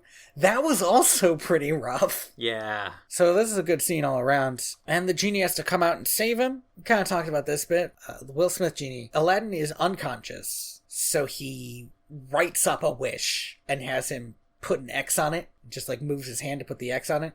Mm-hmm. And it's cheating, but it's basically a wish. And the Robbin Williams genie just shakes him until he nods, which is, I guess, also fine. It's clear in both that this is the genie intentionally playing within a gray area of the rules because he likes this kid. And he thinks that this kid is a good person. And the first good person he's probably worked for ever. Or maybe just in a long time. But yeah, I mean, if I'm right about the idea that I don't think anyone who ever worked for him before and didn't free him can be considered a good person. That's what I was going to say, yeah. If the idea of the diamond in the rough is the person who frees him, then yeah, he's probably the only good person he's ever met. I will say that they did the thing in the remake that is done in too many movies, which is like having a guy be unconscious from drowning, then he spits up water all over the person who saved him. And the reason why I didn't like it was because he's a genie. You could just make him breathe. Also, I have been getting more and more hung up on scenes I've seen too often. I get that. So, Aladdin doesn't want to free the genie. He's used 2 wishes. He doesn't want to use the last one because... Oh, I'm sorry. No, he has to go confront Jafar first. He's gotta go break that stick. Yep, and he breaks the stick. He breaks a stick and the Sultan is no longer mind-controlled. Do you want to talk about the Sultan in the remake? In the remake, the Sultan's... He's coded as just being more of a elderly king. So the big thing for his character in the remake is that he's just old. He's just so old. Guys, he's just so old. He's just so old. He's so his whole thing is just that he doesn't know if when he dies, Jasmine can be taken care of in a world that he doesn't trust anymore. It's easier to empathize with him. He seems more empathetic. We don't really see him rule, but I get the idea that he's a better ruler because he doesn't like play with toys all day. And also, just like he has the loyalty of his guards, which he does not in the animated film. He never does in the animated film. He yells for the guards during this scene right now, and some guards grab Jafar, but like, we don't really know those guards. And then Jafar escapes from them, so maybe they're not that loyal, who knows? Yeah, it's, there's a lot.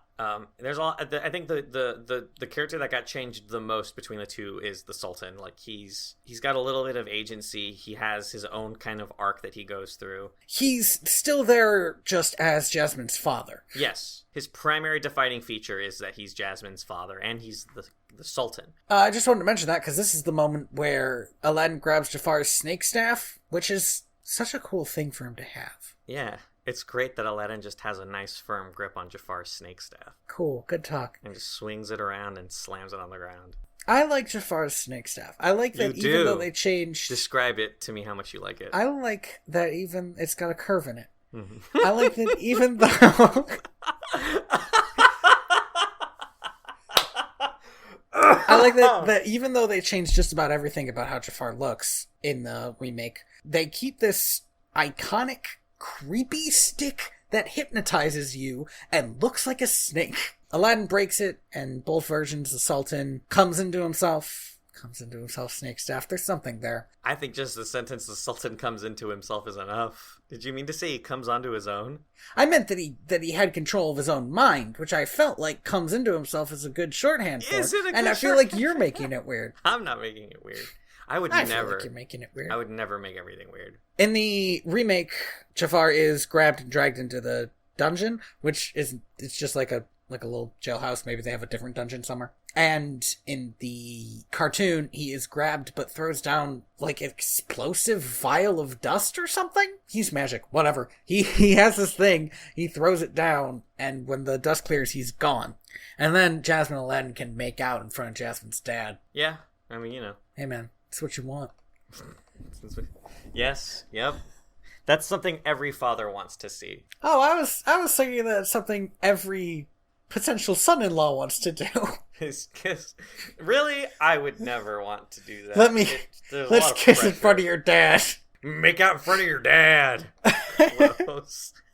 I don't like it. The movie kind of starts moving the animated film starts moving kind of at a breakneck pace here. Jafar only gets the lamp like 20 minutes before the end of the movie. Here's something that I don't like about the animated film, right, is that Aladdin doesn't feel guilty about lying to Jasmine until the Sultan tells him he's going to inherit the throne, and that's fucked up. The idea that lying to Jasmine was wrong does not cross his mind until he's like, oh, I'm going to be put in a position that I am not prepared for. To be fair, remember the timeline, though. For one thing, I think what is supposed to get him when the Sultan tells him he's going to inherit the throne is he does call him, as he does in the remake, a fine, upstanding young man. And I think that's what gets him. But you have to remember the timeline. He got back from a date, was immediately thrown into some water, and then, like, he lied to her on the date, was then almost killed, and then went and got his killer arrested, and now he has time to slow down and feel bad for that shit he pulled on the date. But he doesn't feel bad about the shit he pulled on the date. He feels bad that he's going to be put in a position of power that he's not ready for. He doesn't feel bad about Jasmine's feelings. Okay, no, what he doesn't, you're right. He doesn't feel bad about lying to her. He feels bad that he made Jasmine fall in love with Ali. So he doesn't feel bad about lying to her. He feels bad about being this fake person that she's in love with. And not him. So this gets into like why he doesn't want to set the genie free, right? Mm-hmm. So Aladdin in the animated version is scared that if he sets the genie free, Prince Ali goes away. He doesn't want to set him free, and then he goes back to a street rat, and Jasmine knows he's a street rat, and suddenly he loses everything, and he's just back to where he was at the beginning of the movie. Yeah. Which is the worst thing that could happen to a movie protagonist. To be back at the beginning of the movie. Mm-hmm. In the remake, it's tilted slightly differently so that it feels more like he has fallen into like the trap of wanting more. Yes. He believes that Ali is better than Aladdin because Ali has more stuff than Aladdin. Yes. And he doesn't want to give up his last wish because he could get something even better. It feels more selfish, but I think that's supposed to be because he's kind of supposed to mirror Jafar in that moment. Yes, he is. And that's in the live action film, in order to clear his head and really try to get a grip on what choices he's supposed to make, he kind of goes out into the city again. Yeah, he goes out as a street rat again. I think that's really interesting. And the Aladdin in the animated version goes to tell Jasmine, like, the truth about who he really is, and is, like, immediately thrust into a fucking marriage announcement? Yeah, which is insane. Yeah, which he was 100% not ready for. Oh, no. Also, Jasmine's in some new clothes today, which made me realize that Prince Ali does not have a second pair of clothes. Of course, yeah, he just has the one white getup. I guess it probably doesn't get dirty or whatever. Yeah, it's magic. Yeah, and he, like, fell into the water and he came out and it was fine. So. It was perfectly dry. And you couldn't see through it, which I think is amazing for a white fabric.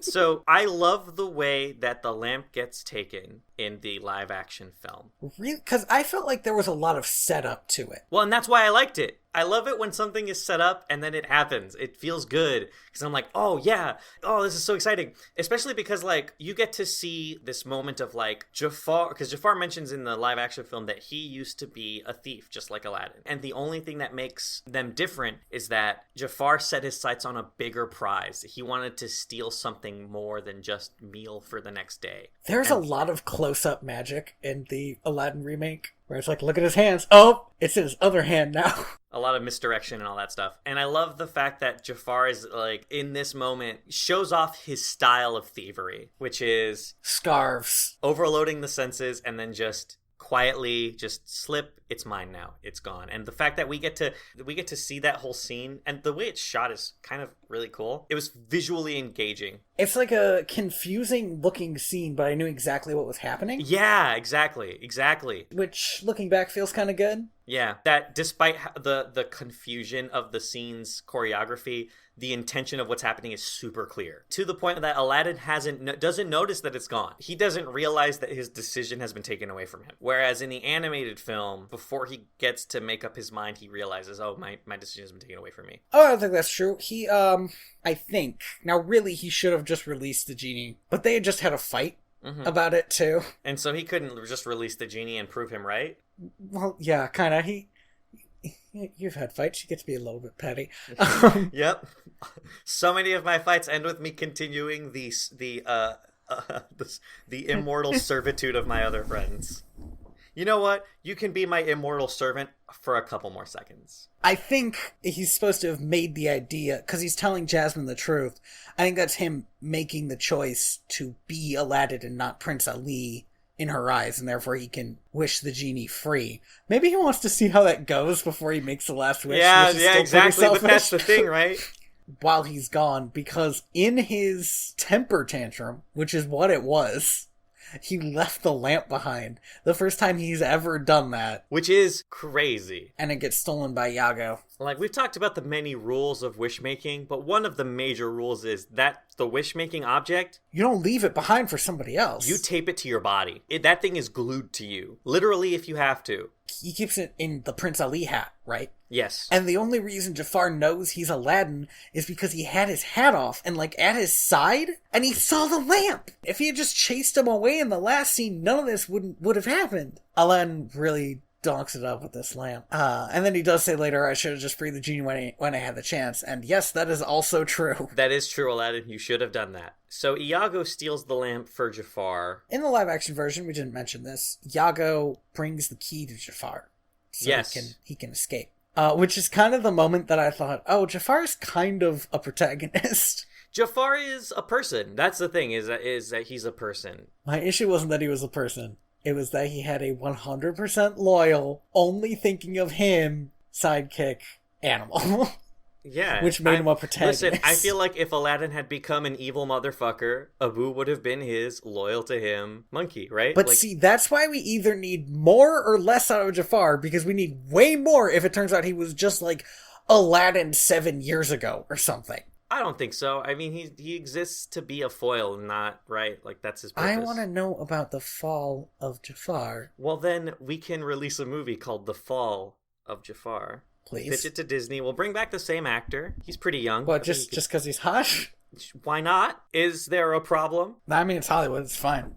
I get it. Or we could bring a different actor, I guess, if you want, but I don't know why you would want to do that. I don't know why you want to do that. I mean, maybe we get to meet him. Did you ever think of that? Yeah, we could. Maybe we would. The hell are we talking about? The lamp gets stolen. Yeah. So Jafar has the lamp now. So in the animated film, he wishes to rule from on high. He does. I wish to rule Agrabah from on high. That's his specific wording. And the genie just picks up the palace and fucking takes it and puts it higher. He's so big and scary. Yeah, and also very sad. Yes. Well, I love the bit where he wishes to be a sorcerer and Aladdin tries to grab the genie's finger and like point it away. That's so futile.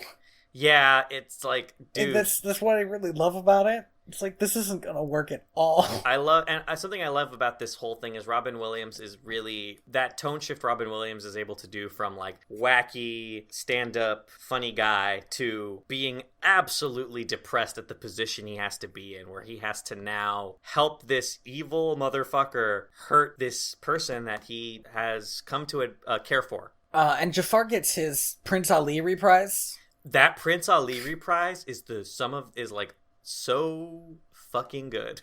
Yeah. It kind of bumps me out that Jafar doesn't have a real villain song. I feel like they should have given that guy more time to sing. So, this is another bit that I loved about the animated movie that I was disappointed in the remake. He picks up Abu and Aladdin with his magic. He shoots them in a broken tower off the palace and makes it a friggin' rocket to wherever, quote, the ends of the earth are. Yeah. Which I think are the Himalayas. Maybe the Himalayas. I had always assumed it meant somewhere like far to the north. There's no just land like up there. Fuck all so far away. Or it could be somewhere in Russia. It could be. Maybe like the Himalayas? Can I just please? I'm sorry, go on. Please, go can ahead. I? Go ahead. In the remake, there's just like some snow effects. And he's teleported there. He gets fucking like Doctor Strange there, pretty much. Doctor Strange had some pretty dynamic teleportation, Andy. It was just a circle that you push people through. Yeah, but I love pushing people through circles. I understand. It's a lot of fun. Because you can move the circle, and then the person is through it. Earlier in the film, Jafar pushes somebody into a circle, and you weren't a big fan of that. It's because the circle stayed in the same place. I want the circle to move. Okay, I see what you mean. You want a dynamic circle. I do want a dynamic circle. It's actually one of my favorite magic movie things. I feel like it's fairly new, which is like making a portal and then just moving around that portal. Mm-hmm. That's fun. Yeah, you could even do that in Portal. Unless the wall was moving, of course. How long is too long for an awkward silence? I feel like that was. Yeah, was that it? I was just sitting here thinking, it doesn't matter, I'm going to cut it anyway. You son of a bitch. Yep. You know it, baby. You're gonna cut it anyway. God, stop. Stop. So at this point in the animated film, Jafar really steps up the grossness. Oh, you mean by stripping the Sultan naked and having him be dressed in a jester thing and having Iago feed him while he dresses Jasmine in not like a very much different style of clothing, but since he obviously picked it, really makes it feel slave Leia-y type clothing, and Super have her gross. feed him fruit. Yeah, it's not great. Jafar goes through 2 costume changes in like rapid succession, right? Because he does, and it bummed me out because there weren't a lot of costume changes, but they gave Jafar 2, and they didn't even let him like hang out in one of them, right? Like you would have hoped. Give me something. Yeah. So Aladdin like escapes the cold because this is also something slightly different in the animated version. The carpet gets onto the rocket ship with Aladdin. Yes. And manages to get there, and then they, do the cool scene with the fallen tower that we all love. Yes, I'm sure people remember that scene. Oh, I thought about it forever, the idea that there was like a window falling toward you that maybe I just like open stuff that moves. Window falling toward you that you have to like aim for. I feel like you do just love open stuff that moves. I will say that I do love open stuff that moves. you like it when a train has its boxcar doors open and the protagonist has to run and jump into it. Yeah, why not? It's pretty cool. I agree. Indiana Jones did it like 5 times. And in the remake, Genie teleports the magic carpet to Aladdin, which I wonder, it's unclear in both movies how much leeway Genie gets. Yes. He's a slave. He's established to be a slave. How much personal freedom does he have to do stuff like that? Yeah. And I don't know. He seems to be able to... He certainly changed Abu into an elephant without thinking about it. Yeah. So there's some stuff he can just do. Maybe specifically because sending the carpet didn't directly interfere with a wish? Or maybe in theory it's something a sorcerer could have done, so Genie could do it when the last wish he cast was the sorcerer one? Mm-hmm. I don't know. I don't know what the rules are. I would love to have the Genie rules explained, although maybe I would hate it. I think you would hate it. Like I said, in my opinion, the specificity of the rules doesn't matter. Well, but it's interesting that he does have this little bit of freedom. Yeah, it definitely is. Similarly, in the animated movie, he has the freedom to not tell Jafar that Aladdin is there. Yes. We're getting to the fight scenes in both movies, which is their biggest branching point, I feel like. Oh yeah. Well, I want to talk about the live action one. Well, let's talk about whichever one you want to talk about first, because we can do live action if you want. No, let's do animated first. I think it's chronological. Okay. You know what? Let's talk about the animated one first, actually, because it lasts a long time. I feel like the fight scene is kind of egregious, I'm sorry. We can't jump into the fight scene. So Aladdin shows up at the palace. Jasmine sees him, and at this point, Jafar has made his last wish, which is again, I mean, second to last wish. This is supposed to be. He wishes for Jasmine to fall in love with him. Oh, he believes he believes he's making his last wish. I guess something very similar to this happens in the remake, but also not similar. He makes his last wish for Jasmine to fall desperately in love with him, and she sees Aladdin at about this time. And so, see, this is why I like the Genie rules, though, because it establishes what you can't do. And then when she supposedly falls in love, we know what that means. And she starts falling all over Jafar, like Vicky Vale on the Joker. What? We remember that scene, right? No. Wait, I do now. Yeah, it was... The Vicky Vale version was weirder. It was weird. It was way weirder. But Jasmine's, like, complimenting him and, like, really winding him up, and Aladdin's sneaking toward the lamp, and he turns because he hears something, and Jasmine kisses him, and it's gross, and everybody's grossed out. But then do you know what Aladdin does? Is be grossed out instead of fucking get the lamp. Get the lamp. And it's hilarious but infuriating that she did this. She did this awful thing with this dude she hates. And Aladdin fails to cash in on it, right? Like, because he also finds it gross. Like, you're not the one kissing him, dude. Yeah, if roles were reversed, he probably wouldn't. Come on, Aladdin. Get off all your high horse. Listen, kiss sometimes a dude. you gotta kiss a dude. Yeah, sometimes you gotta do it. I'd do it. To save the world? Maybe. That's just because you're thinking about what Jafar looks like. Shh. In the new one. Yeah, I know. He's got a good jaw. Nice haircut. Jafar's like legitimately the best looking dude in the new version, and we keep talking about it, but it's true. It's true. Aladdin looks a little bit greasy all the time. I don't know. I think Aladdin's cute. Yeah. But he's not. He looks like a scamp, you know? Jafar looks like a man. That could be not. I knew you were going to say it, and I knew I would hate that you said it. I will say this, though, is that it's the actor who plays Jafar looks good. The way he acts as Jafar is he's very snivelly, very like hunched over and like creepy. So I do want to clarify that the actor who plays Jafar looks attractive.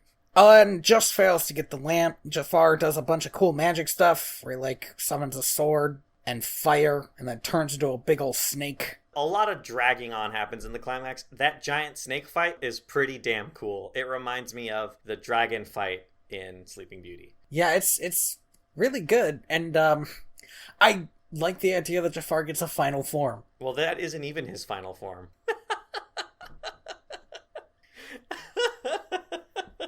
All right, lay down before you hurt yourself. Oh, man. Fucking hilarious. Piece of shit. He traps Jasmine in a giant hourglass, which is like...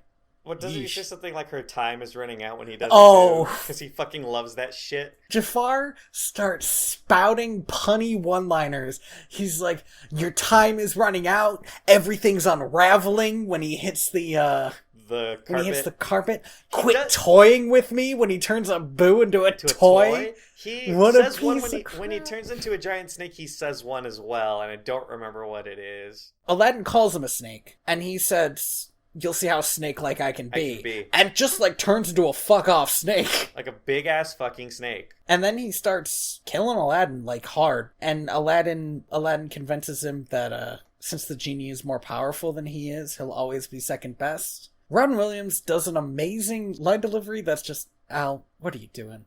Why are you bringing me into this? Why are you bringing me into this, Al? It's great. I think it's crazy that the genie isn't following along what Aladdin's trying to do, but I also do love Robbin Williams' whole bit that he does when Jafar starts, like, inching towards him, and he's just like, hey, I would never. Who, me? I don't even think I could. I would never do it. Come on, Jafar. We're friends. The other thing... But that is something that we talked a little bit about with the genie before, which is he doesn't seem to completely have control over a wish in the Robbin Williams version. Yeah. A wish is made, and he has to, like, do that to the best of his ability, and he doesn't really go looking for wiggle room. In the live-action version, the Sultan, if I remember correctly, manages to throw his staff. Well, first, Jafar decides to marry Jasmine because he thinks that will torture the Sultan. Kind of a dick move, using her just to get at her dad, but whatever. Mm-hmm. Well, Jafar is a piece of shit, so, you know. I was going to say, but I don't know if you noticed, he's kind of a dick. He's kind of an asshole. Just a little bit. Just enough, so, you know? It would make sense if you thought about it like that. Mm-hmm. Jasmine uses the opportunity to grab the lamp and jump off the balcony, which is a good mirror to Aladdin. Yes. Falling off the balcony earlier. Then they do the Iago chase fight scene. Yes, Iago chases them while he's a giant bird, and the Sultan manages to get Jafar's staff and throw it off the balcony as well. Mm-hmm. Which takes away his power and makes Iago normal, but then he just gets it back. He just fucking grabs it back again. He Jedis it right back. When I saw that, I thought, okay, that was cool, but I had wished it turned it into a snake again and came back to I do, because he does turn it into a snake earlier, if I remember correctly. I would have loved it if every time he put down the staff, it was just a snake that was ready to go. Yeah, I would love it, yeah. Well, then a better scene would have been if the Sultan took the staff and then it just turned into a snake in his hands. That'd be cool. Like, yes. Yeah, that'd be fun. Yeah. I forget exactly how the chase scene ends, but essentially Jafar gets the lamp back. Does Iago end up getting it in the end after he turns small and then it's like between him and Abu, basically? No, Aladdin gets it back and then... I think Jafar, I think, just uses his magic to just make everyone stop. He probably does. That seems like a good use of magic. And at this point, he starts, like... Right, because everybody's, like, floating now. Yeah. He's made everybody who's pissed him off just float. This is when he starts, like, really turning the screws on Aladdin, I think. At this point, Aladdin has basically, like, really fucked him over a little bit too much. And that's when Aladdin, similar to... So the difference here is that Aladdin... starts goading him about the fact that he's always been chasing something that he can never have, how he'll never be better than what he is. Basically, everything that people have ever told Aladdin his whole life, he tells to Jafar. The main difference here is that we've established that Jafar and Aladdin are the same person, but, like, one or two decisions made differently. So, like, Aladdin not only knows all this, but... Jafar's also been established to, like, really hate the idea of being the second most powerful person in the room. He, like, incepts the wording into his mind, right? That, like, he's like, now you're second best to the genie who has unlimited cosmic power. You don't have that. Will Smith genie gets it. He's on board immediately as soon as Aladdin starts going off. He's like, I get it. I see what's happening here. Let me stretch my muscles a bit. But I would say the slight difference is that Jafar in the animated version wishes to be a genie. Yes. In the animated version, Jafar wishes to be a genie. And Aladdin's like, fuck yes, I did it. A genie's the most powerful thing in the world. Now you're a genie. Haha, dumb shit. Get in a lamp. In the remake, he just wishes to be, I think, more powerful than the genie. No, he wishes to have unlimited cosmic power. He just wishes for power. And Will Smith can say, yeah, that means you're gonna be a genie. And so then it's more of a group effort. What's the more powerful thing that I know to turn somebody into? He literally says there's a lot of gray area in that wish, which I love. Because again, I do love the fact that like Will Smith is a genie who, if he's got wiggle room, he'll abuse it. The only reason he hadn't with Aladdin is because him and Aladdin had a deal. At the end, Aladdin would set him free. I feel like that's a Americanized idea of genie. I know it's an American film. But I don't feel like the original idea of genies was ever like you make like a monkey's paw thing. Yeah, it's a combination of Be tropes. careful what you wish for. Mm-hmm. This scene right here is why they should have included that genies can't kill. I feel like it's so important.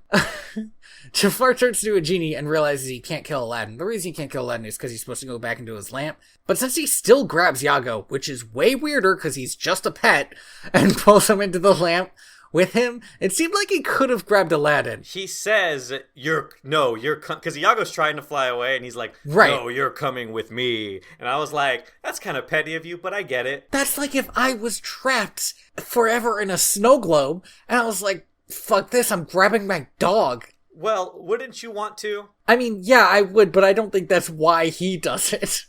He does it because he doesn't want his dog to get away. I will say, this is finally going to be the last time I say this. The scale of the animated genie is just like much cooler. The animated Jafar genie is like much cooler. The first thing he tries to do in the remake is kill Aladdin once he becomes the genie, and he could have done that at any time. The first thing he goes to do in the animated version is control the entire cosmos. And like, fuck yeah, aim high, Jafar. I don't know, man. Like, on the one hand, aim high, but on the other hand, it's like, let's take care of our skeletons in our closets first, right? It's a different methodology. I don't think he would believe that he has anything to worry about. He's the most powerful genie ever. Just because you're the most powerful doesn't mean you're not an evil fuck who's petty. I mean, he is an evil fuck, but like, why's he gotta be so petty? Well, like, hey, he can destroy them with a blink of his eye now. We all have our vices, man. I don't know. I kept on getting caught up on stuff like that. Here's something I really got caught up on. Red Genie is scary. But I never for a second found Sexy Jafar scary, even as a genie. So maybe that was part of the problem? I thought the Jafar genie in the remake was pretty cool. Even in the animated film, though, like, Jafar genie is still like, just looks like Genie but evil. And in fact, I think Genie in the animated film looks scarier when he's lifting the castle up on top of the mountain. Yes, he does. And part of that's just because he looks so fucking sad. There's this thing with when Jafar shows up as a genie where it's like, for a second, I feel like you're not 100% sure it worked. This guy's now the most powerful genie ever, and hey, what if he can kill? What if the lamp doesn't show up in time? I just never felt that sort of moment of tension there. But maybe that's always a problem you have with the remake. I mean, I've never, like I said, I've never had this problem with any kind of remake or book to movie, movie to movie.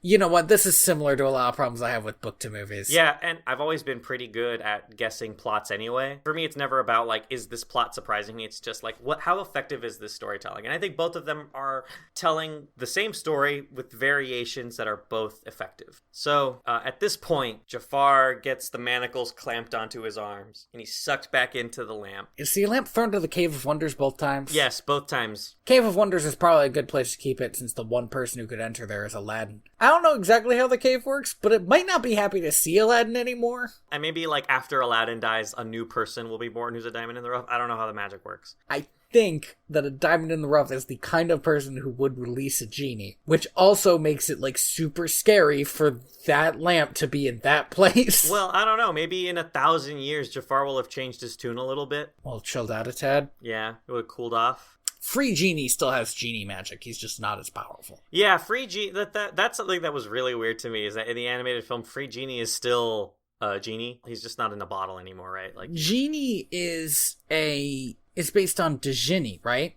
yes. Which is like I don't want to Literally. say demon, but I think it's kind of like a demon. It's a demon, yeah, basically. Maybe that's just what he is. Will Smith specifically becomes a human after the wish is made. Yeah. And I think since the lamp puts limits on the genie's power, I believe we're supposed to understand that he does not have, quote, unlimited cosmic powers anymore. He just has an immense amount of cosmic powers. But still a lot of cosmic powers. Like, you know, the getup that he's wearing at the end of the movie before he blasts off into space looks a lot like the getup that Merlin wears when he gets back at the end of Sword in the Stone. I think that's part of the joke. Okay. It's what made me think of Merlin as a proto-genie type. They both reference pop culture a lot.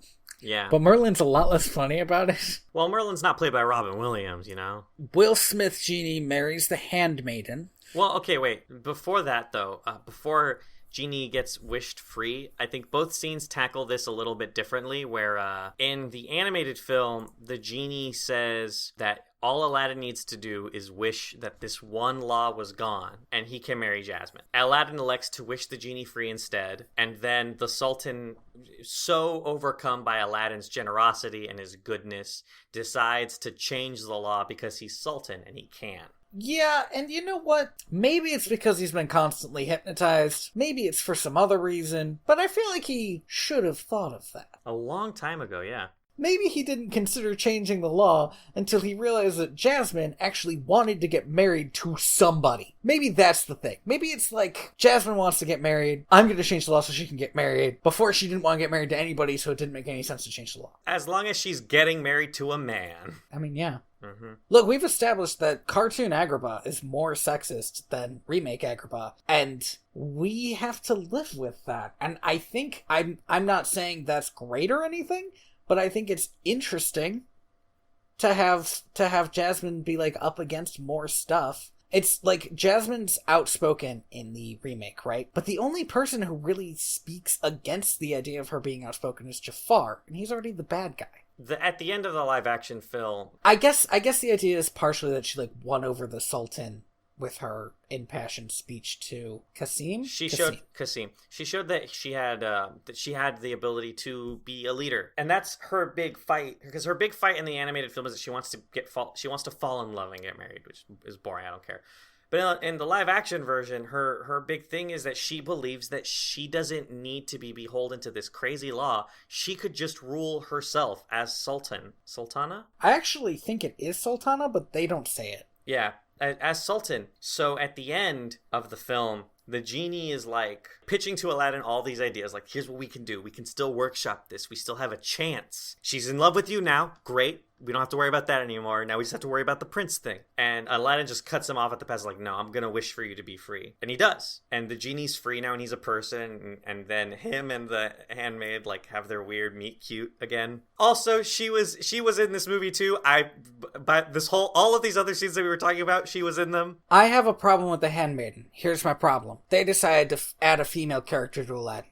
Great. She doesn't do anything except fall in love with Will Smith. Not great. Not super great. It was like, man, we made Jasmine a different character, but we need a character who's essentially the same as Jasmine in the animated film. What about this old Jasmine? But this with is old Jasmine. A little bit less going on, just in general. Her thing is basically hot goss. Mm-hmm. She wants that sweet, sweet hot goss. She wants to know what's going on. Yeah, it's not good. She's also pretty awkward and not a great liar, which is, like, good. As far as rom-com heroes go, her story is a rom-com that happens to be happening during this. I fell in love with a genie. It's Splash, but with a genie. Magical rom-coms are, I don't want to say super common, but fairly common, I don't think they're as common Bewitched. anymore, but they were definitely... We should watch Bewitched and Splash. She was there, and so her and Will Smith, like, are falling in love, and...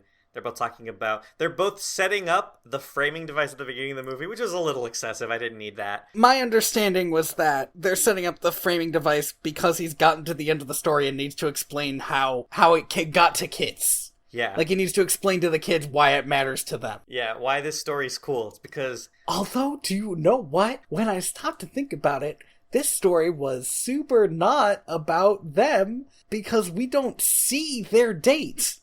No, we don't. Because the story's about Aladdin. It's called Aladdin and the Magic Lamp.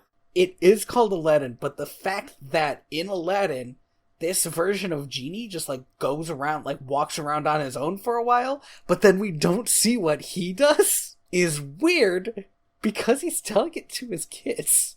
It's like, here's what I'm pretty sure Aladdin got up to while I was flirting with your mom. Let's not get back to your mom and telling you, like, how I fell in love with her or whatever. Let's talk about Aladdin and how he came from a made-up country, and that was a big deal.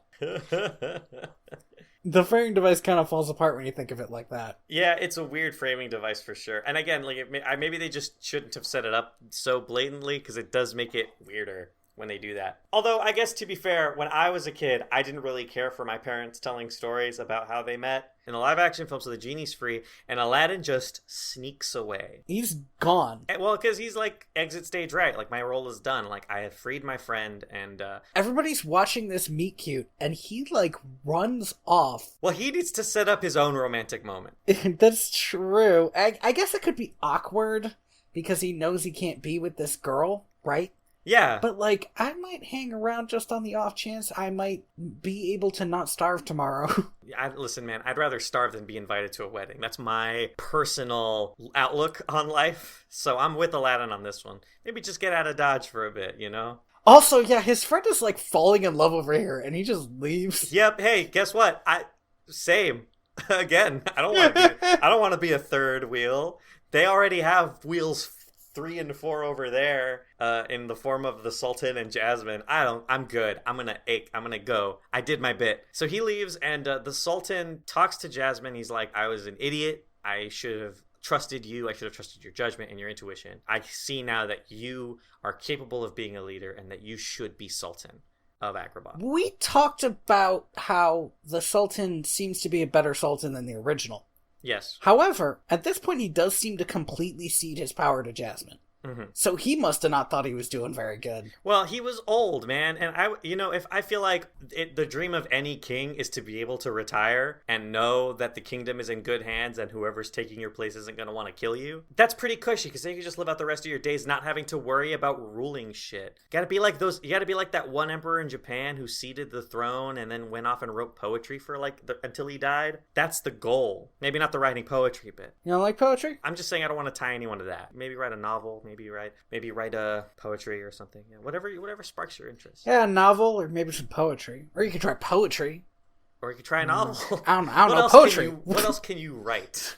Maybe write like a treatise or like a theorem? I don't know. Anyway, Jasmine, seeing Aladdin's gone, and now that she's Sultan, she just, like, books it after him, stops him in the middle of the street outside the palace, and just, like, makes out with him. Yeah. And I saw that, and I was, like, laughing my ass off, because this is the first time anyone has seen the princess in years. Yep. And the first thing she does is make out with some random dude. with a well-known thief. Who she just yelled at for being a thief.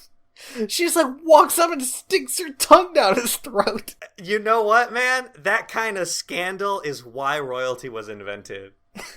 Right? Could you imagine imagine the president doing something like that, like running out of the White House, like thief, and then just okay, not the current one, like a cool woman president played by Charlize Theron. A president couldn't do it; she'd get eaten alive. What? It would need to be somebody with an inherited title. Know what I'm saying?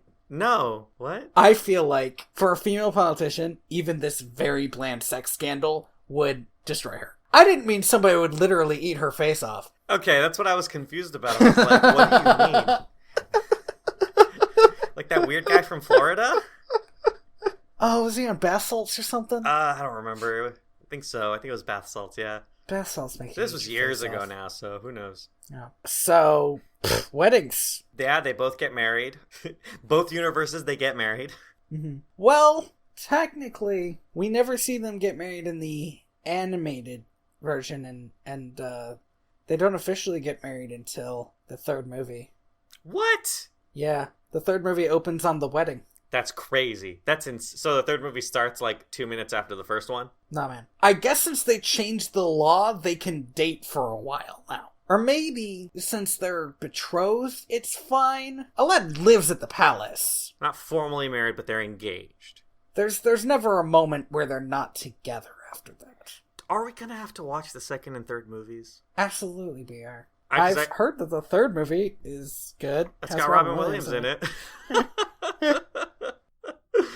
What the hell were we talking about? Oh, the marriages. The live-action version, I think, ends on them getting married. Or maybe it ends on the genie and his wife getting married. Mm-hmm. Or maybe it's a double wedding. It's unclear. They don't go to the trouble of doing the Kronk's New Groove thing, of making them Jewish so that I know when they're married. Thank God. You keep bringing up Kronk's New Groove, and the less you do, the better for me, by the way, because every time you mention it, my heart palpitates, like, oh, I missed a beat. I hated watching it and hated talking about it. It's kind of my favorite go-to bad movie to just, bring up. I think my favorite go-to bad movie is Piranhaconda, but I haven't had a reason to talk about it yet. Piranhaconda? Piranhaconda. Piranhacondum! I'll get back to you, because now I need to see if it exists. That sounds like a really specific horror movie for males. Piranhaconda makes no goddamn sense. You can understand why I heard words instead of that thing you said, right? Yes, I understand, yes. I understand why you thought I said 2 words instead of one awful thing. My 2 words were also awful. The live-action movie ends, and then we get a sort of during credits Bollywood dance number. Yes, which is fun. It was a fun little thing. It's fun, but it made me sort of want more Bollywood dance numbers. If that's what we were always set up for, go all in. Yeah, I definitely would have preferred it if there was more. I get it. Me, personally, I would have loved it if they went all in as well, but I do think that there is probably a large section of the United States that would not understand if they did that. Why?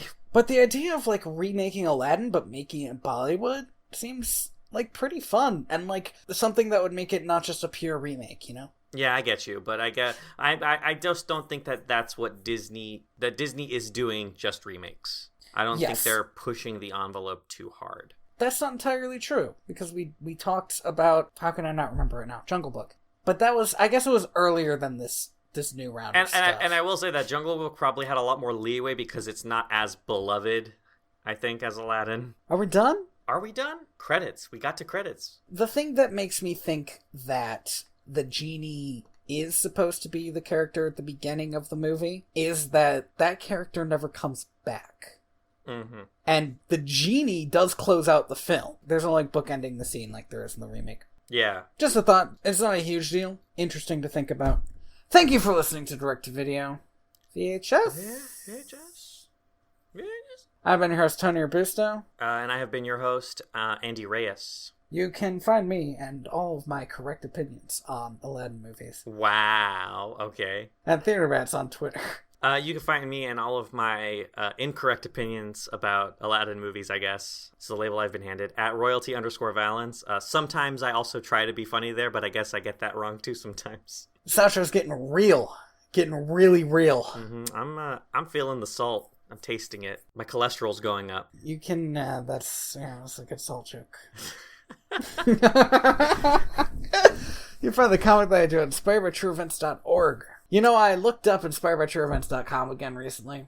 Somebody's trying to sell it for $1,000, and I know I am 100% the only person who has any interest in it, and I'm not giving them that money. Yeah, that person's insane. I don't know, maybe there's going to be a movie called Inspired by True Events someday. If anyone is interested, if anyone doesn't know, there is a wonderful documentary about Robbin Williams and his life and his influence called Robbin Williams, Come Inside My Mind. It was produced by HBO, came out last year. Definitely, if you're interested in his life, go watch it. Big ol' thank you to Lee Rosevere for...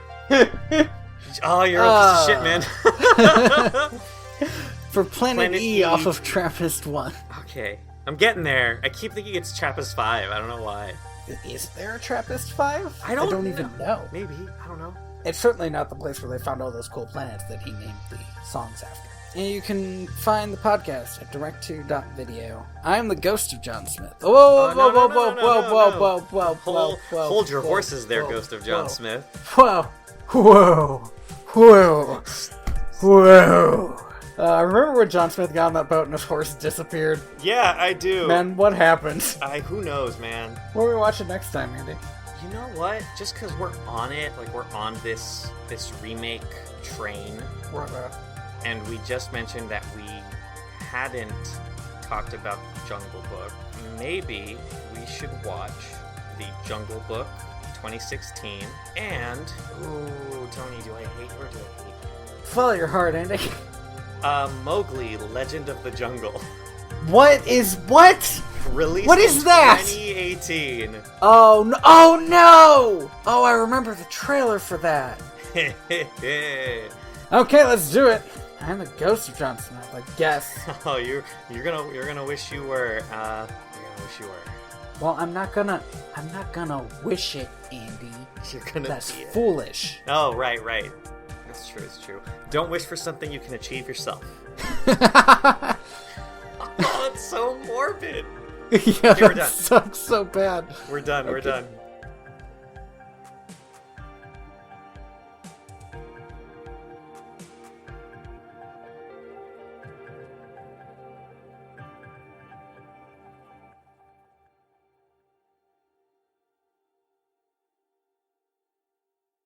The movie had a budget of $28 million. Robbin Williams had an asking fee of $8 million. That's insane. They never paid it to him, by the way. So they only gave him the Picasso painting and his SAG pay, which is about $1,074,000. The movie had a box office of $504 million, so they could have paid him back. They could have. His full fee, but they didn't because Disney is kind of a shit company. But they also weren't gonna. I mean, come on. Yeah, that no, was of never course really not. on the table. No, never.